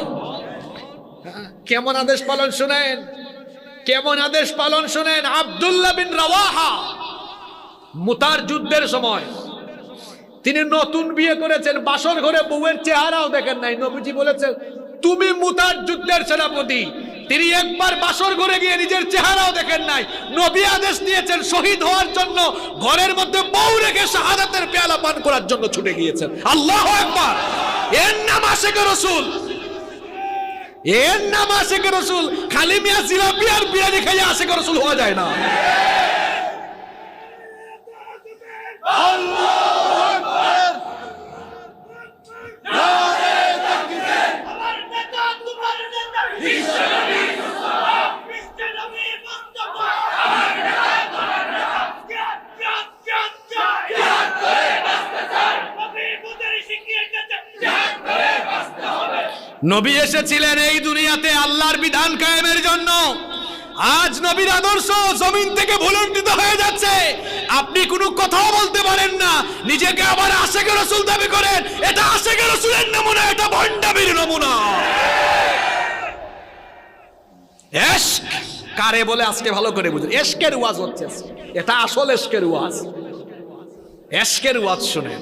তো ওই লোক বলতেছে যে কারবার দেখে আসছি, তিনি যখন কোনো আদেশ করেন, এরা সাথে সাথে নবীজির আদেশ পালনে নেমে পড়ে। কয় আরো দেখছি তো। কাফেররা কয় কি দেখছো? আর কয় আমি আরো দেখেছি। ওয়া ইদা তাওয়াদ্দা কাদু ইয়াকতাতিলুনা আলা wudu'i।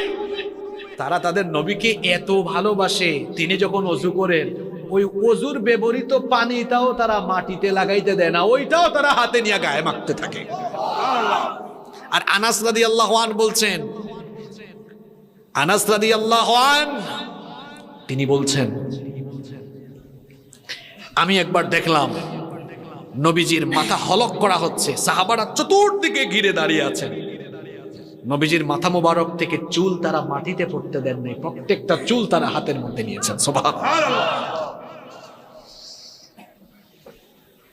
আজ নবীর দুশমনেরা নবীকে গালিগালাজ করে, আমরা কোনো কথা বলি না। নবী এসেছিলেন আল্লাহর জমিনে আল্লাহর দ্বীন কায়েমের জন্য। নবীর স্লোগান নিয়ে আজে বাজে কথা হয়, আমরা কোনো কথা বলি না, শুধু রবিউল আউয়াল মাস আসলে নিজেকে আশিক রাসূল হিসেবে জাহির করে ফেলি। আহারে ভাই, আর নবীর সাহাবীরা কেমন ভালোবেসেছেন নবীকে শুনে। আবু বকরের মতো আশিক রাসূল হওয়া লাগবে। নবীজি আবু বকরকে বললেন, আবু বকর, হিজরতের আদেশ আল্লাহর কাছ থেকে, হিজরতের ইঙ্গিত এসেছে, যে কোনো দিন মক্কা ছেড়ে আমাদের চলে যাওয়া লাগতে পারে, রেডি থাকিও। এর কয়েক মাস পরে নবীজি হিজরত করেছেন। হিজরতের রাতে নবী করিম সাল্লাল্লাহু আলাইহি ওয়াসাল্লাম আবু বকর রাদিয়াল্লাহু আনহুর বাড়িতে গেলেন। দরজায় গিয়ে মাত্র একটা ঠুনকা মারলেন। কয়টা? বলেন তো, গভীর রাতে কারো বাড়িতে গেলে একটা দুইটা ডাক দিয়া কি তারে তোলা যাবে নাকি? কয়েকবার ডাকা লাগে, কারণ গভীর রাতে মানুষ ঘুমায়। গভীর রাতে নবীজি আবু বকর রাদিয়াল্লাহু আনহুর বাড়িতে গিয়েছেন, গিয়ে মাত্র একটা ঠোকা দিয়েছেন, সঙ্গে সঙ্গে দরজা ওপেন। নবীজি অবাক। নবীজি বললেন, কি ব্যাপার আবু বকর, এত রাত হয়ে গিয়েছে, একটা ঠুনকো দিলাম সাথে সাথে দরজা খুলে ফেললা, তুমি কি ঘুমাও নাই নাকি? আবু বকর রাদিয়াল্লাহু আনহু এমন আশিকে রাসূল, তিনি বললেন, নবী গো, কেমনে ঘুমাবো বলেন? কয়েক মাস আগেই আপনি আমাকে বলেছিলেন যে কোনো সময় আপনি আমাকে নিয়ে হিজরত করবেন। ওই কথা বলার পর থেকে প্রত্যেকটা দিন রাতের বেলা আমি যখন বিছানায় ঘুমাইতে যাই, মাথায় চিন্তা আসে, আমি যদি বালিশে মাথা রেখে বিছানায় আরাম করে ঘুমাই, আর আজকের রাতটাই যদি হিজরতের রাত হয়ে যায়, আর আমি যদি ঘুমের মধ্যে থাকি, নবীজি আমার দরজার সামনে এসে যদি কয়েক সেকেন্ড কয়েক মিনিট দাঁড়ায় দাঁড়ায় আমার জন্য অপেক্ষা করে, এটা আল্লাহর নবীর সঙ্গে বেয়াদবি হয়ে যাবে। আপনি যেন কষ্ট না পান, আপনার সাথে যেন বেয়াদবি না হয়। ওগো আল্লাহর নবী, এই জন্য আজকে একদিন দুই দিন নয়, কয়েকটা মাস ধরে রাতের বেলা বিছানায় পিঠ না লাগাইয়া দরজার সঙ্গে হেলান দিয়া দিয়া আপনার অপেক্ষা করি। এর নাম হলো ইশক, এর নাম হলো ইশক, এর নাম হলো ভালোবাসা, এর নাম হলো মহব্বত। হিজরতের রাতে তারা যখন মক্কা থেকে রওনা দিয়ে গারে সৌরের কাছে চলে গেলেন, ফজরের ওয়াক্ত হয়ে যাচ্ছে। সাইয়েদনা আবু বকর রাদিয়াল্লাহু আনহু বললেন, ওগো আল্লাহর নবী, ভোরের আলো ফুটে উঠলে কাফেররা আমাদেরকে দেখে ফেলবে, তখনই তারা আমাদেরকে ধরে ফেলবে, আক্রমণ করবে, চলেন আমরা এই গুহায় আশ্রয় নেই। গারে সৌরের কাছে গিয়ে নবীজিকে বললেন, চলেন আশ্রয় নেই। নবীজি বললেন, ঠিক আছে আবু বকর, চলো এই গুহার মধ্যে আমরা অবস্থান করি। আবু বকর বললেন, নবীজিকে দাঁড়ান, এটা পাহাড়ি গুহা, এখানে সাপ বিচ্ছু পোকামাকড় ময়লা আবর্জনা থাকতে পারে, আপনি একটু অপেক্ষা করেন, আমি ভেতরে গিয়ে পরিষ্কার করি। ভেতরে গিয়ে তিনি গুহাটাকে সাফ করলেন, দেখলেন গুহার মধ্যে অনেক গর্ত, ভাবলেন এখানে ইঁদুর সাপ বিচ্ছু থাকতে পারে। এই জন্য নিজের গায়ের চাদর ছিঁড়ে ছিঁড়ে টুকরা করে করে সবগুলা গর্ত বন্ধ করে দিলেন। তার কাপড় শেষ হয়ে গেল, কিন্তু একটা গর্ত বাকি থাকলো। মনে মনে ভাবলেন, একটা গর্তই তো আছে, দুই পা আছে, এক পা দিয়া আমি একটা গর্ত বন্ধ করে রাখবো। তিনি সাফ করে নবীজিকে বললেন, ওগো আল্লাহর নবী, আপনি ভিতরে আসেন।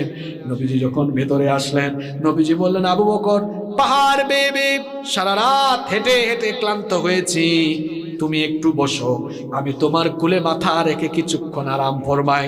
আবু বকর রাদিয়াল্লাহু আনহুর কোলে মাথা রেখে নবীজি আরাম ফরমাচ্ছেন। এমন সময় নবীজি ঘুমিয়ে গেলেন।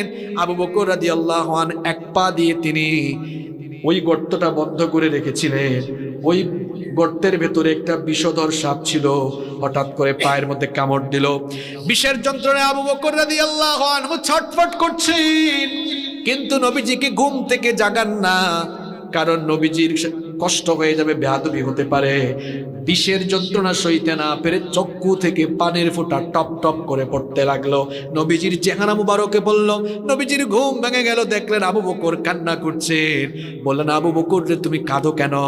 মনে হয় তোমার বাড়ির কথা মনে পড়েছে।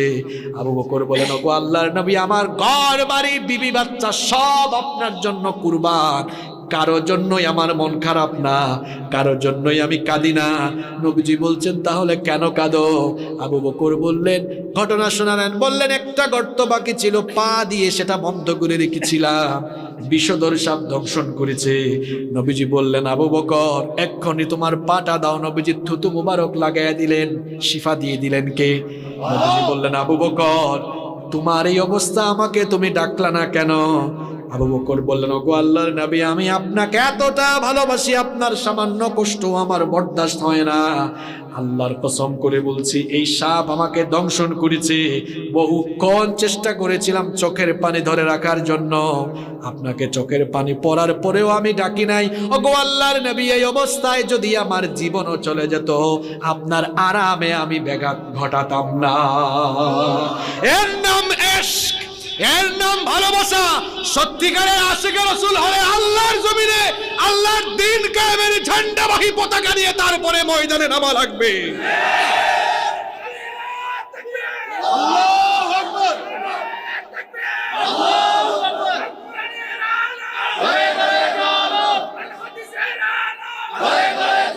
এবার একটা মহিলার কিচ্ছা শোনাই, বনু দিনারের মহিলা।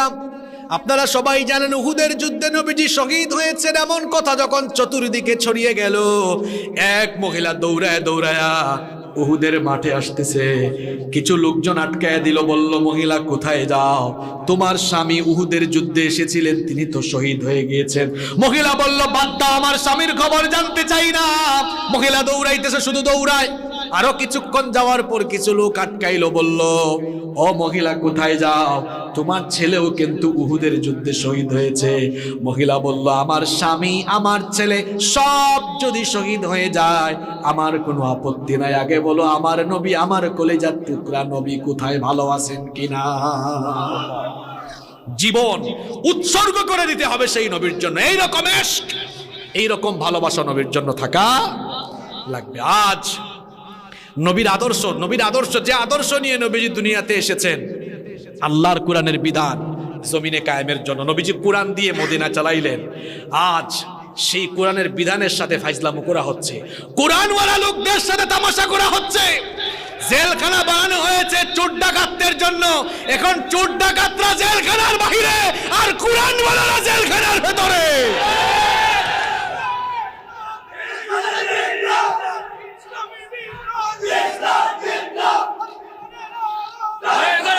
নবীজি যে কোরআনের বিধান কায়েমের জন্য দুনিয়াতে এসেছেন, সেই কোরআনওয়ালারা আজ জেলখানায় বসে কাঁদে। তোমার হৃদয়ে একটু আঘাত লাগে না? তুমি বুঝি আবার আশিকে রাসূল নিজেকে দাবি করো? আল্লাহ আমাদেরকে হেদায়েত দান করেন। আরো আসতে বলেন আমিন। বলেছিলাম নবীজির আশিক হইতে হলে কয়টা কাজ করা লাগবে? আরো জোরে, কয়টা বলছি? কয়টা? দুইটা না, কয়টা বলছি? তিনটা। কয়টা বলছি? তিনটা। কয়টা? দেখি স্লোগানের চোটে মনে আছে না ভুলে গেছে। এক নম্বর কি বলছিলাম? নবীদের জীবনী স্টাডি করতে হবে। দুই নম্বর কি বলেছিলাম? নবীজিকে স্মরণ করে বেশি বেশি দুরূদ পড়তে, দুরূদকে গলার মালা বানাই ফেলতে হবে। তিন নাম্বার, নবীজিকে ভালোবাসতে হবে। তবে কাদের মতো? কাদের মতো? নিজের জীবনের চাইতেও বেশি ভালোবাসা লাগবে। আর এই ভালোবাসাটা এখন কেমন হবে? এই যুগে কেমন হবে? শুধু আমরা বলবো নবী গো জীবনের চেয়ে বেশি ভালোবাসি না, এরকম মুখ দিয়া বললে হবে না। নবী দুনিয়াতে এসেছেন কার বিধান কায়েমের জন্য? এই কোরআনের বিধান, নবীর এই আদর্শকে, নবীর আদর্শ যে কোরআন, এটা কি আমার কথা? আয়েশা রাদিয়াল্লাহু আনহাকে সাহাবীরা জিজ্ঞেস করছে নবীর চরিত্র কেমন? কয় কোরআন পড়ো না, কোরআনটাই নবীর চরিত্র। সুবহানাল্লাহ, সুবহানাল্লাহ। তাহলে নবীর এই চরিত্র, নবীর এই আদর্শ বাস্তবায়নের জন্য নবীজির পাগল পারা উম্মত আল্লাহর এই জমিনে আল্লাহর বিধান কায়েমের জন্য সংগ্রাম করবে। রক্ত দেওয়ার দরকার হলে রক্ত দিবে, জীবন দেওয়ার দরকার হলে জীবন দিবে, তাও বাতিলের সামনে মাথা নত করবে না।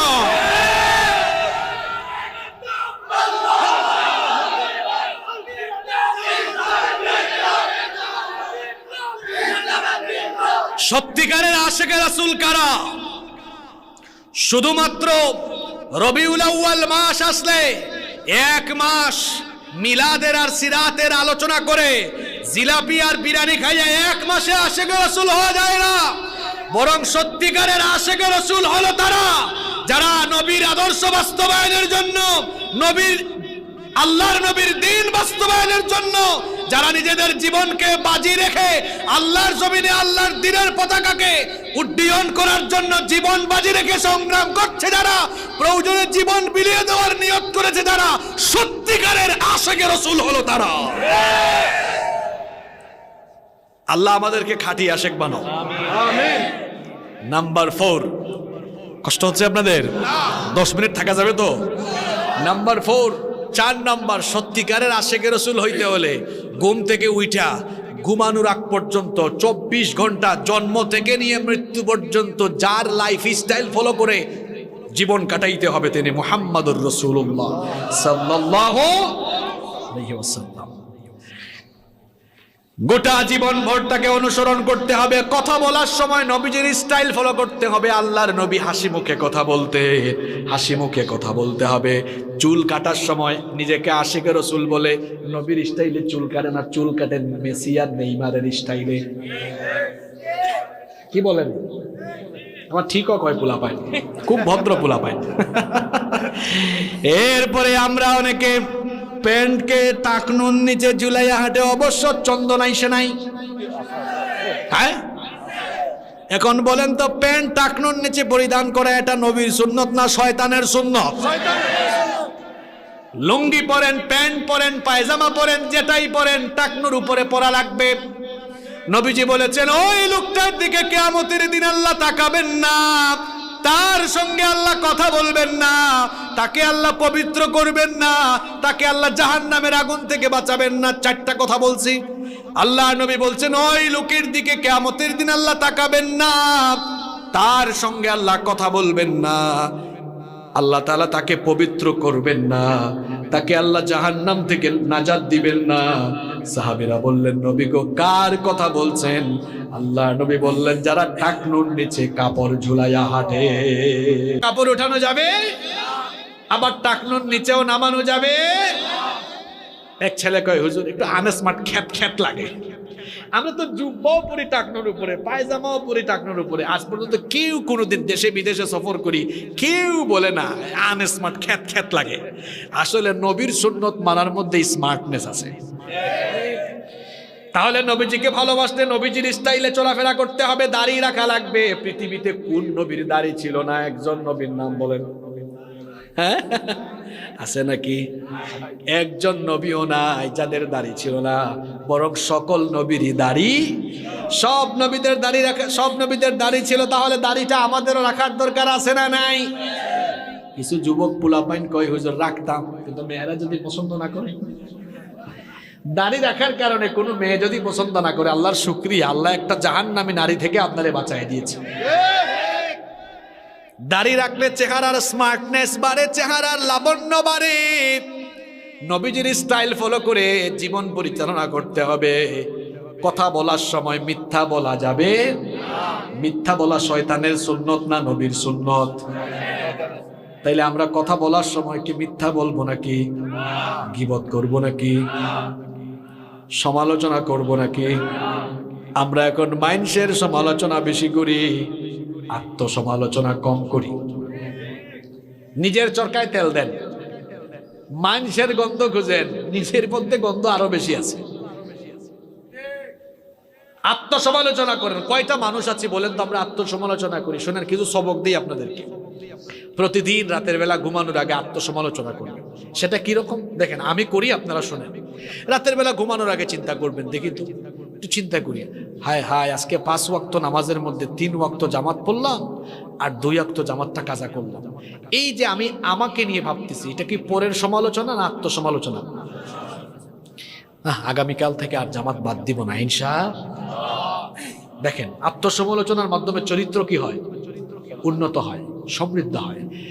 আরে আজকে তো দুপুর বেলায় ভুলবশত একটা মিথ্যা বলে ফেলছিলাম, আস্তাগফিরুল্লাহ, তওবা করে ফেলি, আর আগামীকাল থেকে মিথ্যা বলবো। হায় হায় আজকে লাইনে দাঁড়াইছিলাম এক জায়গায় ব্যাংকে, এক ভাইকে গুতা একটা দিয়ে ফেলছিলাম, ওনার কষ্ট পাইছে, একটা ফুড লাগান ভাইজান, ভালো আছে, কষ্ট দিয়ে ফেলছে, মাফ করে দেন। মানুষের সমালোচনা না আত্মসমালোচনা? হায় হায় হায় ওই যে এক জায়গায় চা খেতে বসছিলাম আজকে, বিকেলবেলা আসরের সময় ওখানে তো বৈশাখ গীবত করে ফেলছে, আস্তাগফিরুল্লাহ, আর গীবত করবো না কোনোদিন। মানুষের সমালোচনা না আত্মসমালোচনা? এখন বলেন তো, আমরা আত্মসমালোচনা বেশি করি না পরের সমালোচনা বেশি করি? আর নবীজি বলেছেন, মানুষের দোষ ত্রুটি গোপন রাখো। সবার দোষ ত্রুটি আছে না নাই? গোপন গুনাহ আছে তো, এমনও গোপন গুনাহ আছে ফাঁস হইলে ইজ্জত থাকবে না। আল্লাহ বলেছেন, তুমি তোমার ভাইয়ের দোষ ত্রুটি গোপন রাখো, আল্লাহ তোমার গুনাহগুলো গোপন রেখে চুপি চুপি তোমারে জান্নাত দিবেন। এই হাদিসটা বুঝলেই তো আমরা সমালোচনা বাদ দিয়ে ফেলতাম। নিজের চরকায় তেল দেন। যুবকরা শোনো, সমালোচনা বাদ দাও আজকে থেকে, আত্মসমালোচনা করো। মনে রাখতে হবে, পরনিন্দা পরচর্চা চরিত্র ধ্বংস করে, আত্মসমালোচনা চরিত্র উন্নত করে। আমরা নবীর স্টাইলে চলাফেরা করব। নবী কি আগে কথা বলতেন না আগে সালাম দিতেন? নবীজি সালাম নিতেন নাকি সালাম দিতেন? আমরা নিব বেশি না দিব বেশি? আমরা তো কয়েকজন ভাব নিয়ে থাকি, আমি কেন দিব? বিশেষ করে ঊর্ধ্বতন চেহারা থাকলে সব সালাম অধস্তনদের কাছ থেকে নিতে চায়, নিজে দেয় না। আছে না নাই? নবীজিকে কোনোদিন কেউ আগে সালাম দিতে পারছে? কথা বলেন, পেরেছে? কেউ কোনোদিন নবীকে আগে সালাম দিতে পেরেছে? নবীজি সবার আগে সালাম দিয়ে ফেলেছেন। তাহলে আমরাও সালাম দিব তো মানুষকে, ইনশাআল্লাহ। এইভাবে করে নবীজিকে অনুসরণ করতে হবে। আল্লাহর আনুগত্যের আগে নবীজির আনুগত্য করতে হবে। এই জন্য নবীজি বলেছেন, মান আতাআনি ফাকাদ আতা আল্লাহ। যে আমার আনুগত্য করলো সে আল্লাহর আনুগত্য করলো। তাহলে নবীজিকে ভালোবাসার 4 নাম্বার নমুনা হলো, গোটা জীবনভর যার অনুসরণ করতে হবে তিনি কে? আল্লাহ। ভালোবাসার মূল দাবি হলো অনুসরণ করা। ভালোবাসার মূল দাবি কি? সর্বশেষ একটা কিচ্ছা শুনে আপনাদের খারাপ লাগতেছে আমি জানি, একটা কিচ্ছা মনে হয়েছে, বলবো আমি? খুব মারাত্মক কিচ্ছা, বলবো তো? বলার পরে এক গোষ্ঠীর প্রশ্ন আছে, ওই প্রশ্নের উত্তরও আজকে দিয়ে যাবো এখান থেকে। শুধু ভালোবাসলেই হবে না, ভালোবাসার মূল দাবি মেনে চলা। ভালোবাসা দেখে যদি নবীজিকে মেনে না চলে, সুজা জাহান্নামে যেতে হবে। এরকমই একটা জাহান্নামী লোকের কিচ্ছা শোনাই। তার নাম আবু তালেব। নাম কি? নবীজির আপন। নবীজিকে ভালোবাসছে কম না বেশি? নবীজি জন্মের আগে বাবা হারাইলেন, জন্মের পরে মা হারাইলেন, দাদার আশ্রয়ে ছিলেন, দাদাকেও হারাইলেন, চলে গেলেন কার আশ্রয়ে? চাচার আশ্রয়ে। আর এই চাচা তাকে অনেক আদর ভালোবাসা দিয়ে লালন পালন করেছেন। আবু তালেব নবীজিকে খুব ভালোবাসতেন, নবীজিও আবু তালেবকে খুব শ্রদ্ধা করতেন। আবু তালেব যখন মৃত্যুশয্যায়, বুখারীর হাদিস, নবীজি গিয়ে দেখলেন তার চাচা দুনিয়া থেকে চলে যাওয়ার সময় এসেছে। নবীজির হাতে হাত রেখে ইসলাম কবুল করেছে। তখন অনেকেই নবীজির খারাপ লাগতেছে, আরে আমার চাচা এত ভালোবাসা দিয়ে আমাকে লালন পালন করেছেন, আমার চাচা যদি কালেমাহীন অবস্থায় কাফের অবস্থায় মারা যান, আমার বাবা তো জাহান্নামে চলে যাবে, আমার চাচা তো জাহান্নামে চলে যাবে। নবীজির খারাপ লাগতেছে। নবীজি গিয়ে চাচাকে কানে কানে বললেন, ইয়া আম্মি আবু তালেব, আমার কলিজার টুকরা চাচা শোনেন, লা ইলাহা ইল্লাল্লাহ। চাচা গো, লা ইলাহা ইল্লাল্লাহ এতটুকু বলেন, মুহাম্মাদুর রাসূলুল্লাহ বলা লাগবে না, শুধু লা ইলাহা ইল্লাল্লাহ এতটুকুনের ঘোষণা দেন। মরার আগে শুধু এতটুকু কথা বলেন, কালিমাতুন উহাজ্জু লাকা বিহা ইনদাল্লাহ। লা ইলাহা ইল্লাল্লাহ এই কালেমা এতটুকু যদি আপনি বলতে পারেন, কিয়ামতের দিন আল্লাহর সাথে ঝগড়া করে আমি আপনার সাথে নিয়ে জান্নাতে যাব। আবু সুফিয়ান তো তখনও ইসলাম কবুল করে নাই। আবু সুফিয়ান সহ অন্যান্য নেতারা বলল, আবু তালেব, তোমার ভাতিজার কথা মরার আগে শুনে আমাদেরকে বেইজ্জত কইরো না। আবু তালেব কালেমা পড়লেন না, এভাবেই চলে গেলেন। নবীজির মন খারাপ হয়ে গেল। আল্লাহ তাআলা ওহী নাযিল করলেন। আল্লাহ তাআলা বললেন, ইন্নাকা লা তাহদি মান আহবাবতা ওয়ালাকিন্নাল্লাহা ইয়াহদি মান ইয়াশা। আল্লাহ তাআলা সান্ত্বনা দিলেন, বললেন, ওগো নবী, আপনি যাকে ভালোবাসেন তারে হেদায়েত করার দায়িত্ব তো আপনার নয়, হেদায়েতের চাবি কার হাতে? এরপরেও নবীজির দিল মানে না। নবীজি তখন হাত উঠায়া আল্লাহর কাছে দোয়া করতে যাবেন, আল্লাহ আমার চাচা কাফের অবস্থায় বললেও তুমি মাফ করে দাও, এইরকম দোয়া যখন নবীজি করতে যাবেন আল্লাহ বরদাস্ত করেন নাই। সাথে সাথে আল্লাহ আয়াত নাজিল করলেন, আল্লাহ বললেন মা কানা লিন-নাবিয়্যি ওয়াল্লাযীনা আমানু আইয়াস্তাগফিরু লিল মুশরিকিনা ওয়ালাউ কানু উলি কুরবা মিন বা'দি মা তাবায়্যানা লাহুম আন্নাহুম আসহাবুল জাহিম।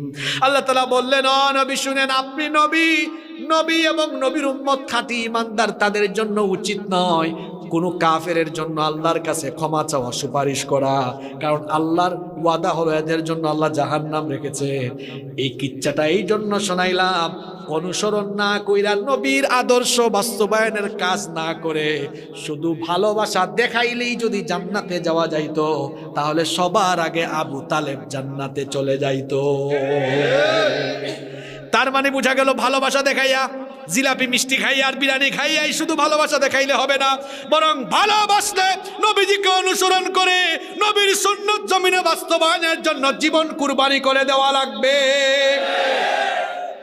এবার বলছিলাম না এক গোষ্ঠীর প্রশ্ন আছে, আমি একবার এক জায়গায় এক আলোচনা করলাম, পরে শুনলাম এরা ভিডিও বানাইতেছে, বলতেছে পাগলা, নবীরে ভালোবাসলে জাহান্নামে গেলেও লাভ আছে। দেখো না আবু তালেব জাহান্নামে গেলেও শাস্তি সবচেয়ে সবচাইতে যুক্তি দেখছেন। শয়তানও হাসে, আল্লাহ আমারে যে শয়তান বানাইছো কেন, আমার তো তার কাছে মুরিদ হওয়া দরকার, এটা তো দিকে আমার বস। এ পাগলা, জাহান্নামের আযাব সর্বোচ্চ হোক আর সর্বনিম্ন হোক, জাহান্নাম তো জাহান্নামী রে পাগলা। আবু তালেব সে জাহান্নামে গিয়া সর্বনিম্ন শাস্তি, ওইটাও কত মারাত্মক, আগুনের স্যান্ডেল পরার পরে মগজ আর মগজও থাকবে না, মগজ গইলা পড়তে থাকবে না, আউযুবিল্লাহ। পাগলা দেখছেন কি যুক্তি দিছে, কই জাহান্নামে গেছে তো কি হয়েছে, ভালোবাসা তো জাহান্নামে আযাব কম পাইছে। হে পাগলা, জাহান্নাম তো জাহান্নাম, এখানে কম আর বেশি কি? জাহান্নামের সর্বনিম্ন আযাব সইতে পারবেন আপনি? সওয়ার ক্ষমতা আছে? আমরা জাহান্নাম থেকে বাঁচতে চাই কি চাই না? তাইলে শুধু নবীজিকে ভালোবাসবো না, ভালোবাসবো জীবনের চাইতে বেশি ভালোবেসে নবীকে অনুসরণ করে নবীর সুন্নতকে, নবীর আদর্শকে জমিনে বাস্তবায়ন করবো ইনশাআল্লাহ। কষ্ট হচ্ছে আপনাদের? শেষ নাম্বার 5 নাম্বার হচ্ছে নবীজিকে ভালোবাসলে ইকামতে দ্বীনের আন্দোলনে সম্পৃক্ত হতে হবে। ইকামতে দ্বীনের আন্দোলনে সম্পৃক্ত হতেই হবে, কারণ নবীজি দুনিয়াতে এসেছেন আল্লাহর জমিনে আল্লাহর দ্বীন কায়েমের জন্য। আল্লাহ তাআলা কোরআনে বলছেন, হুয়াল্লাযী আরসালা রাসূলাহু বিল হুদা ওয়া দীনিল হাক্কি লিইয়ুযহিরাহু আলাদ-দীনি কুল্লিহি ওয়ালাউ কারিহাল মুশরিকুন। আল্লাহ তাআলা বলছেন, তিনি হচ্ছেন সেই সুমহান সত্তা যিনি তার রাসূলকে দ্বীনে হক এবং হেদায়াত সহ দুনিয়াতে পাঠিয়েছেন। কেন পাঠিয়েছেন শোনো, লিইয়ুযহিরাহু আলাদ-দীনি কুল্লি, এই দুনিয়ার সকল মতবাদের উপরে ইসলামকে বিজয়ী আদর্শ হিসাবে প্রতিষ্ঠার জন্য নবীকে পাঠিয়েছেন কে? সব তন্ত্র মন্ত্রের শিকড় কেটে ফেলে আল্লাহর জমিনে আল্লাহর দ্বীন কায়েমের জন্য নবীকে পাঠাইছেন কে? নবীকে পাঠাইছেন কে? আজ আমরা নিজেদেরকে আশিক রাসূল বলি, কিন্তু আমাদের ব্যক্তি জীবনে, পারিবারিক জীবনে, সমাজ জীবনে, রাজনৈতিক জীবনে নবীর আদর্শের অনুসরণ। নবী কি আব্রাহাম, লিঙ্কন আর লেনিনের আদর্শ বাস্তবায়নে দুনিয়াতে এসেছিলেন? কার বিধান কায়েমের জন্য এসেছিলেন? আপনি কার বিধান কায়েম করতেছেন? জবাব দেওয়া লাগবে না, নিজের বিবেককে প্রশ্ন করেন। আপনি যে এমন আদর্শ লালন করেন, যে আদর্শ লালন করে আপনি নেতার নামে স্লোগান দিতে পারেন, আল্লাহু আকবারের স্লোগানও দিতে পারেন না। আরে ভাই, যে রাজনৈতিক আদর্শে আল্লাহ আর রাসূলের নামে স্লোগান দেওয়া যায় না, সত্যিকারের আশিক রাসূল হলে সেই রাজনীতিকে জুতার নিচে ফেলে দেন আপনি। আল্লাহু আকবার। যে রাজনৈতিক আদর্শে আল্লাহ আর রাসূলের কথা বলা যায় না, যে রাজনৈতিক আদর্শে আল্লাহু আকবারের স্লোগান দিলে বিতর্কিত স্লোগান বলা হয়, ওই সকল রাজনীতিকে জুতার নিচে ফেলে দেন আপনি। সারা জীবন রাসূলের আদর্শের রাজনীতি করে নাই, কিন্তু কিরকম টাটকা লোক দেখেন, মরার সময় ঠিকই রাসূলের দলে উঠতে চায়। এই চন্দন আইসে মানুষ মারা গেলে কবরে লাশ রাখার সময় কি দোয়া পড়ে? বিসমিল্লাহি। কিরকম কায়দা করে দোয়া পড়তে দেখছেন? দোয়াটা আরবি না বাংলা? বিসমিল্লাহ কার নামে? আলা মিল্লাতি রাসূলিল্লাহ কার দলে? হায় হায়, কারে আপনি রাসূলের দলে উঠায় দেন? কারে উঠান? এটা কে? কে? যেই লোক সারা জীবন রাসূলের আদর্শের বিরোধিতা করেছে, যেই লোক সারা জীবন নবীর দাড়ি, নবীর টুপি, দাড়িওয়ালা টুপিওয়ালা দেখলেই চুলকানি শুরু হয়েছে, যেই লোক সারা জীবন রাসূলের আদর্শের লোকদেরকে পিটাইছে, জেলখানায় ঢুকাইছে, এখন মরার পরে বুঝি আপনি তারা রাসূলের দলে উঠায় দেন? আরে ভাই, যেই লোকটার গোটা জীবন যৌবন রাসূলের আদর্শের বিরুদ্ধে কাজে লাগলো, যেই লোকটার জীবন যৌবন রাসূলের কোনো কাজে লাগলো না, এই লোকটার মরা লাশ নিয়ে আমার রাসূল এখন কি করবে? মরা লাশের রাসূলের দরকার আছে? এজন্য যুবকদেরকে বলছি, শোনো, যেখানে আল্লাহু আকবারের স্লোগান নাই ওই মঞ্চের সাথে তোমারও কোনো সম্পর্ক। যেখানে আল্লাহু আকবারের স্লোগান নাই, যেখানে কোরআন নাই, হাদিস নাই, যারা নামাজি না, নামাজ পড়ে না, যারা নবীর সুন্নত মানে না, এদের সাথে আমাদের কোনো সম্পর্ক। রাজি আছেন তো? অনেক কষ্ট দিয়েছি আপনাদেরকে। নবীকে ভালোবাসতে কয়টা জিনিস থাকা লাগবে? আরো জোরে কয়টা? বলছি কয়টা? বাকি আছে একটা ক্লাস টেস্ট হয়ে যাক, দেখি 5টা মনে আসেনি। 1 নাম্বার, এই পোলা পাইন যুবকরা ভুলে গেছো নাকি?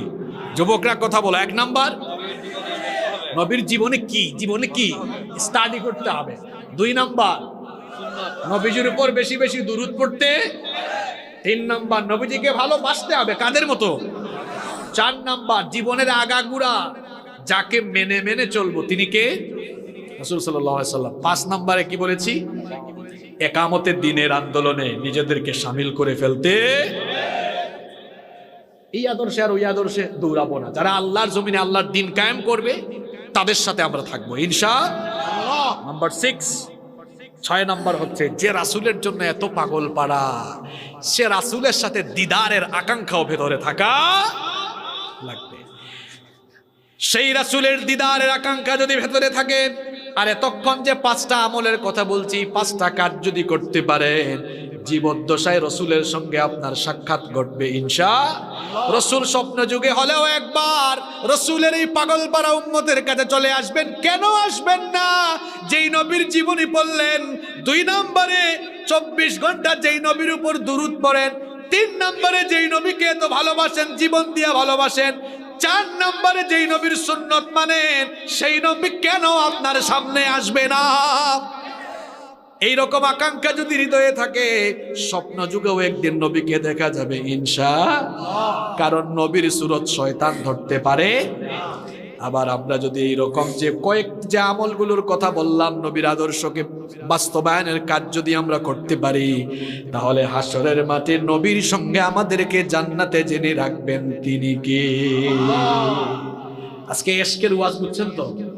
সত্যিকারের আশিকের রাসূল হইতে হলে কয়টা কাজ করা লাগবে? কয়টা কাজ? কয়টা করবেননি? করা যাবে তো? ওই পেছনের ভাইরা, আপনারা কি বেজার হইছেন নি? করবেন তো? তাহলে আমাদের জীবন যা কাট থাক, আমরা নবীজিকে ভালোবেসে অনুসরণ করে এই 6টা কাজ করবই ইনশাআল্লাহ। কারা কারা রাজি? তো হাত তুলে আল্লাহকে দেখান। আল্লাহ আমাদের হাতগুলোকে কবুল করে নেন। আল্লাহ